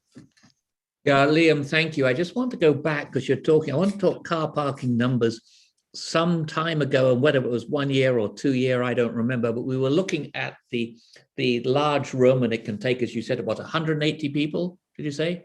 That's right. Yeah. And we were saying, okay, look, it's an event in the evening, it's a carol service or something like that. You've got 180 people attending this. Okay, so how many car parking spaces have we got? And by the way, and a number came up. I don't know, Liam, whether that number has been enlarged or diminished, but then we recognize the fact there would be overflow parking and plans for parking. My question is, especially in a rural environment, this is not North Vancouver. This is not. This is a place where 80% of the people live around the island, not in Deep Cove, not in the Cove. So if we have a function, anyone who's been to Kate's Hill knows what it's like when we have a large function up there. I mean, it is just jammed. So I'm going to ask as well, and based on my hotel and conference type experience, is this: despite all the things we're talking about, yes, we'll have electric vehicles, yada, yada, yada, and so it goes on, and climate change and everything else. Badly thought out car parking is a nightmare and it stays with the building. My simple question is, and by the way, I'm going to totally support your proposal here, is I hope, because there's always a shyness and a reticence to come forward, that the amount of space you've actually incorporated in your plan is enough. Because if other things happen, you can't have it back. And then you're hooped. And if parking is a mess, people will experience the mess. They will say, wow, this place doesn't work because you can't park, et cetera, et cetera. So I'm asking the simple question. I wholly support it. I just hope, Liam, that you've asked for sufficient space, because I understand the shyness of bringing forward a motion like this, because you're going to get people talking to you about this, that, and the other. I just hope you've got enough, and we haven't been shy. We were shy on the space we needed for the Muni. We've had to grow it a bit.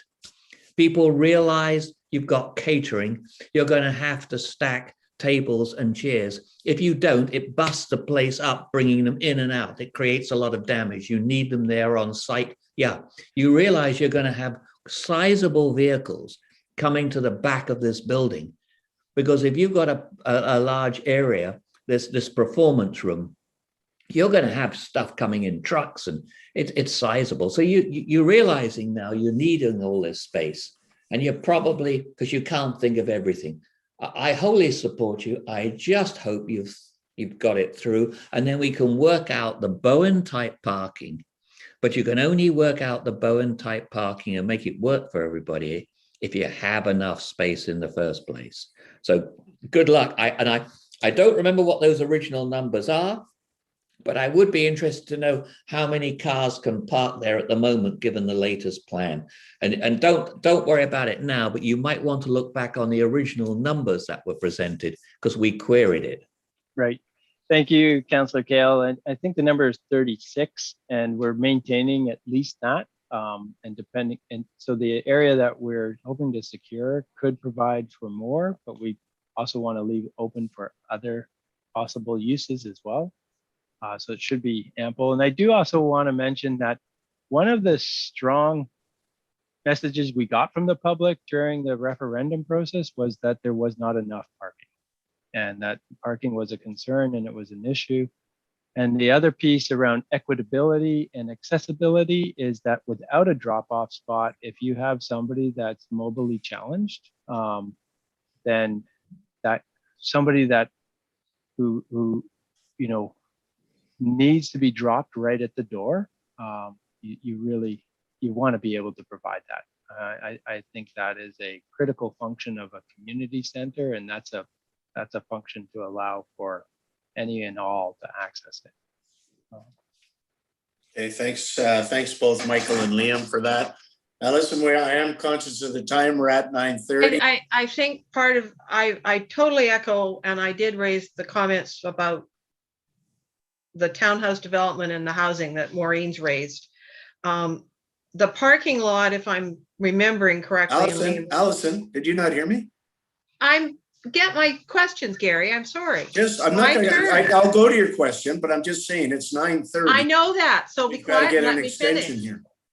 Well, Allison, hold on a second. Parking. Can I finish, please? We need that parking. We have to clarify that we're going to continue on here.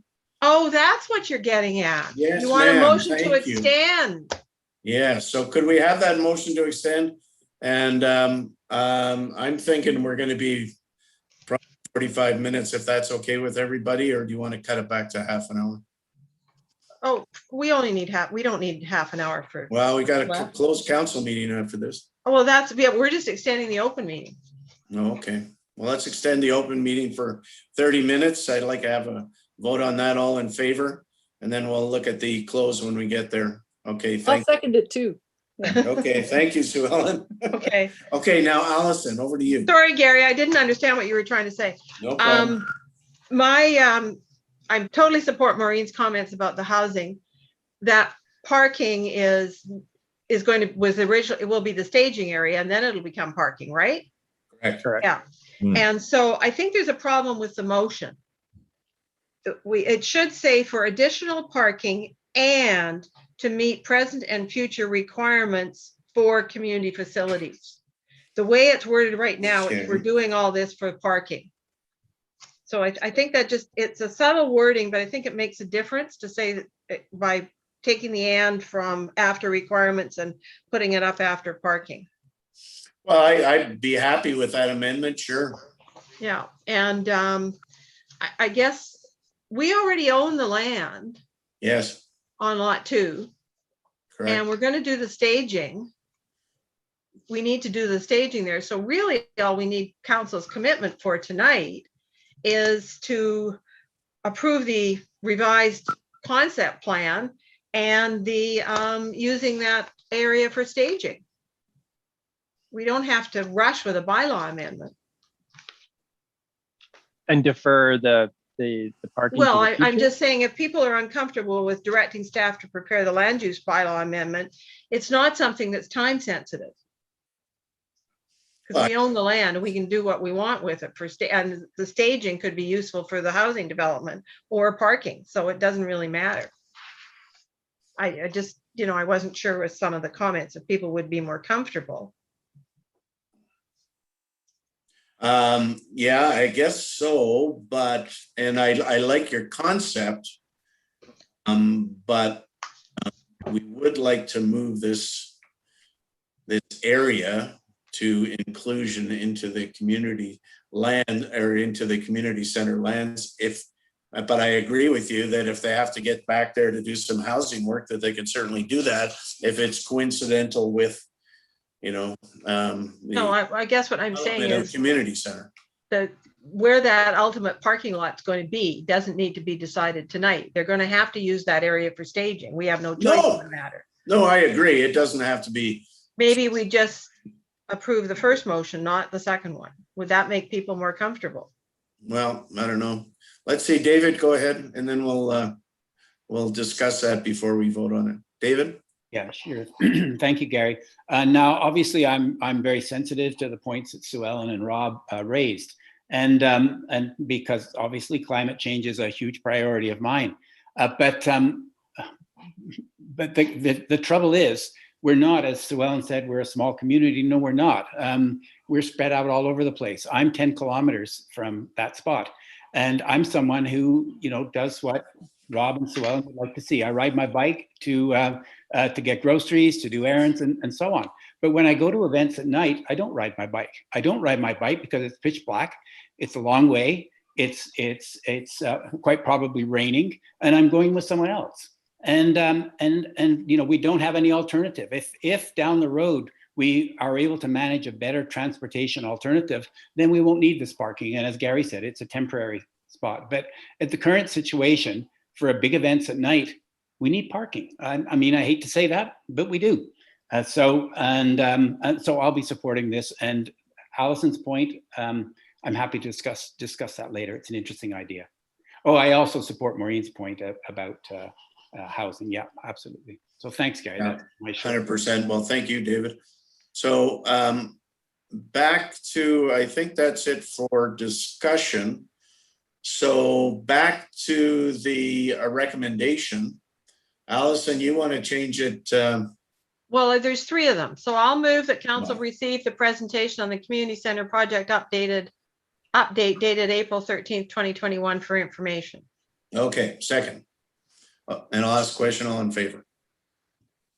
Okay, okay, thank you. It's full. Okay, and then I'll move that council approve the expansion of area 3 of lot 2 of the community lands by approximately 1.2 acres as shown in the proposed zoning area boundary presented at the April 1, 2021 Community Center Steering Committee meeting for additional parking and to meet present and future requirements for community facilities. Okay, I'll second that. And if there's no further discussion, I'll ask a question. All in favor? Aye. Aye. Okay, and in opposition? Councillor Fast and Councillor Winan in opposition. Thank you. I'm not going to move number 3. The motion does pass. And the last one is a council direct staff to prepare and present to council the necessary amendment bylaw to the land use bylaw number 57 for first reading. Okay, I'm going to move that. Do we have a second? Okay, no second. Okay, it's defeated then. Not defeated, it's just not considered. It's just not considered, yeah. Yeah. Okay, so that's that one. And we're going to move on to reports of committees now and commissions. Councillor Kale, Morris, and Winan, recommendations from the Finance Advisory Committee. Who's going to head on that one? I'll take it. Okay, thanks, Alison. It's very brief. It doesn't need any discussion. A while back, you asked us to, the Rec Commission, of which I sit on, asked that a separate reserve fund be established for the turf field. And that was referred to the Finance Advisory Committee. And the Finance Advisory Committee, what's in your agenda package is the recommendation from the Finance Advisory Committee. And in discussing with Hope, all we need to do is receive that for information. There's no action required on our part right now. Okay. So I would move that council receive the recommendation from the Finance Advisory Committee meeting of March 30th, 2021 with respect to the turf field reserve fund. I'll second that. Thanks, Rob. And I'll ask a question. All in favor? Aye. Okay, that's full. Great, thank you.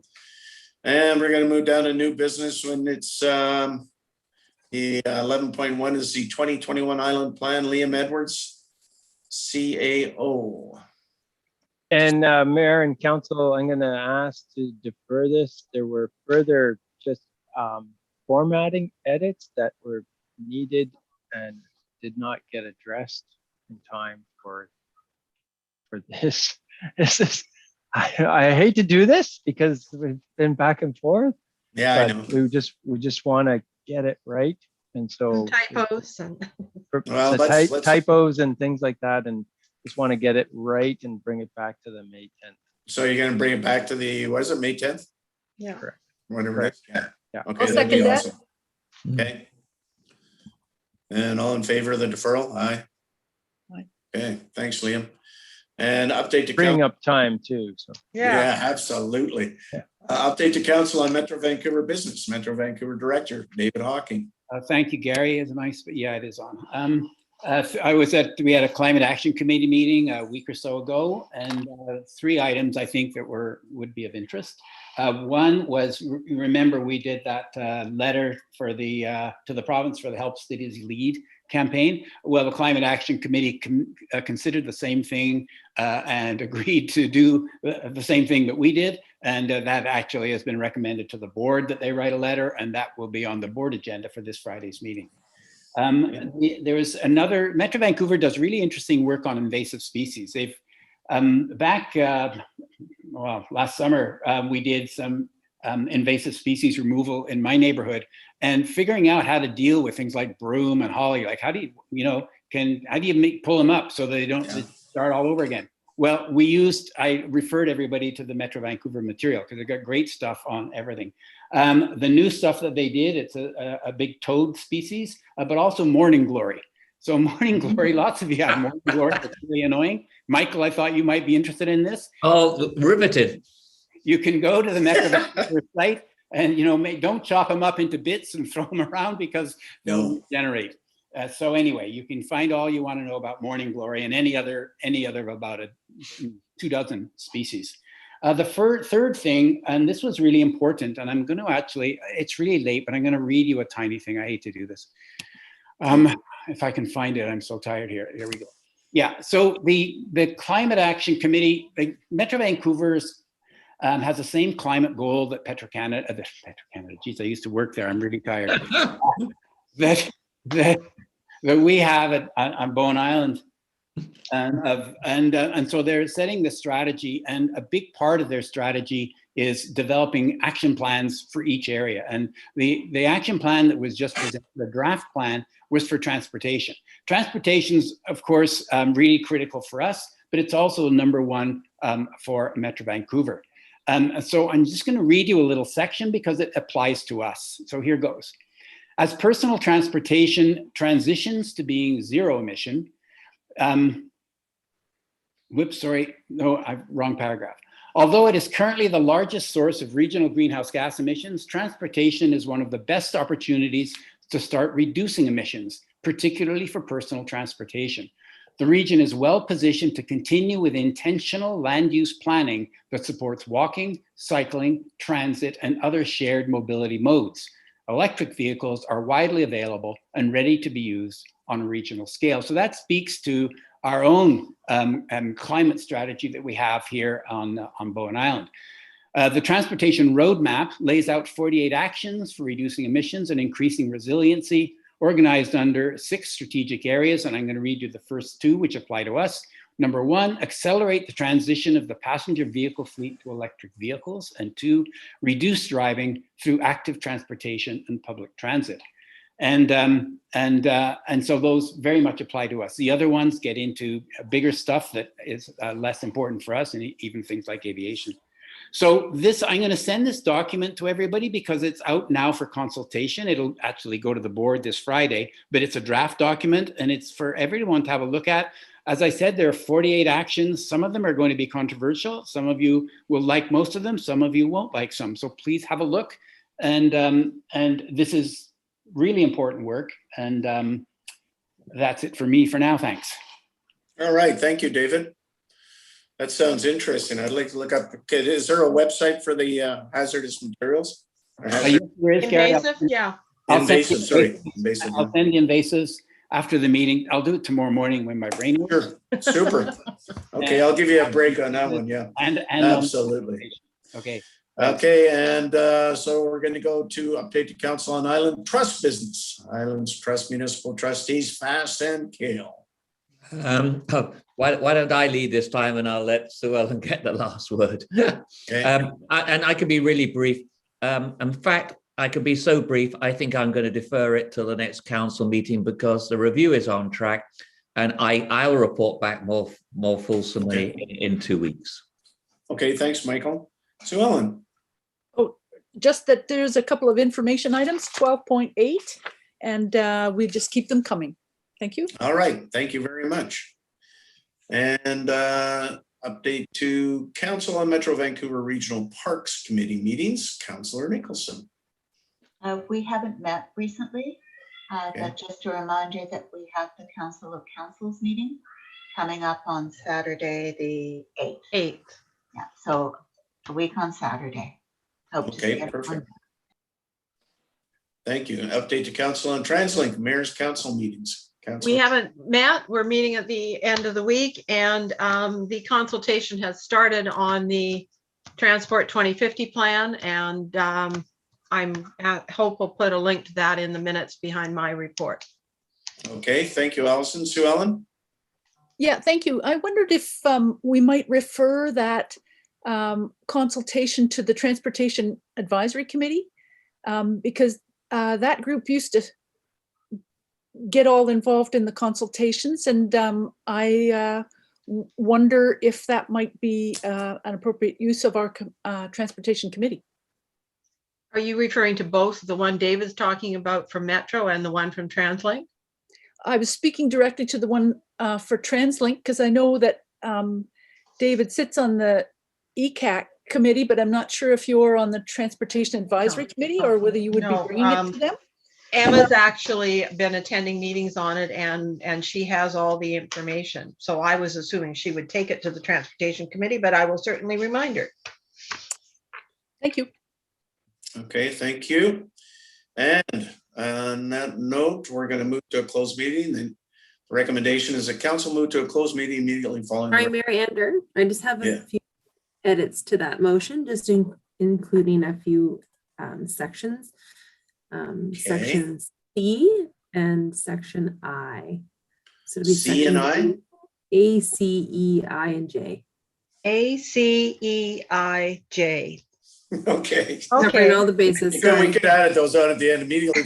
Regular council meeting to discuss items pursuant to section 90-1 A, C, E, I, and J. Charter. I'll move that. Second. Second. Thank you. All in favor? Aye. Aye. All right. And then we'll go right down to the end where it says question period. And I don't see Bronwyn around. Any questions from the crowd here? No. Okay. So this meeting is adjourned and we'll move to the closed. Oh, do we have to log in again? Can you send me the link so I Yes, can please. log in on my laptop?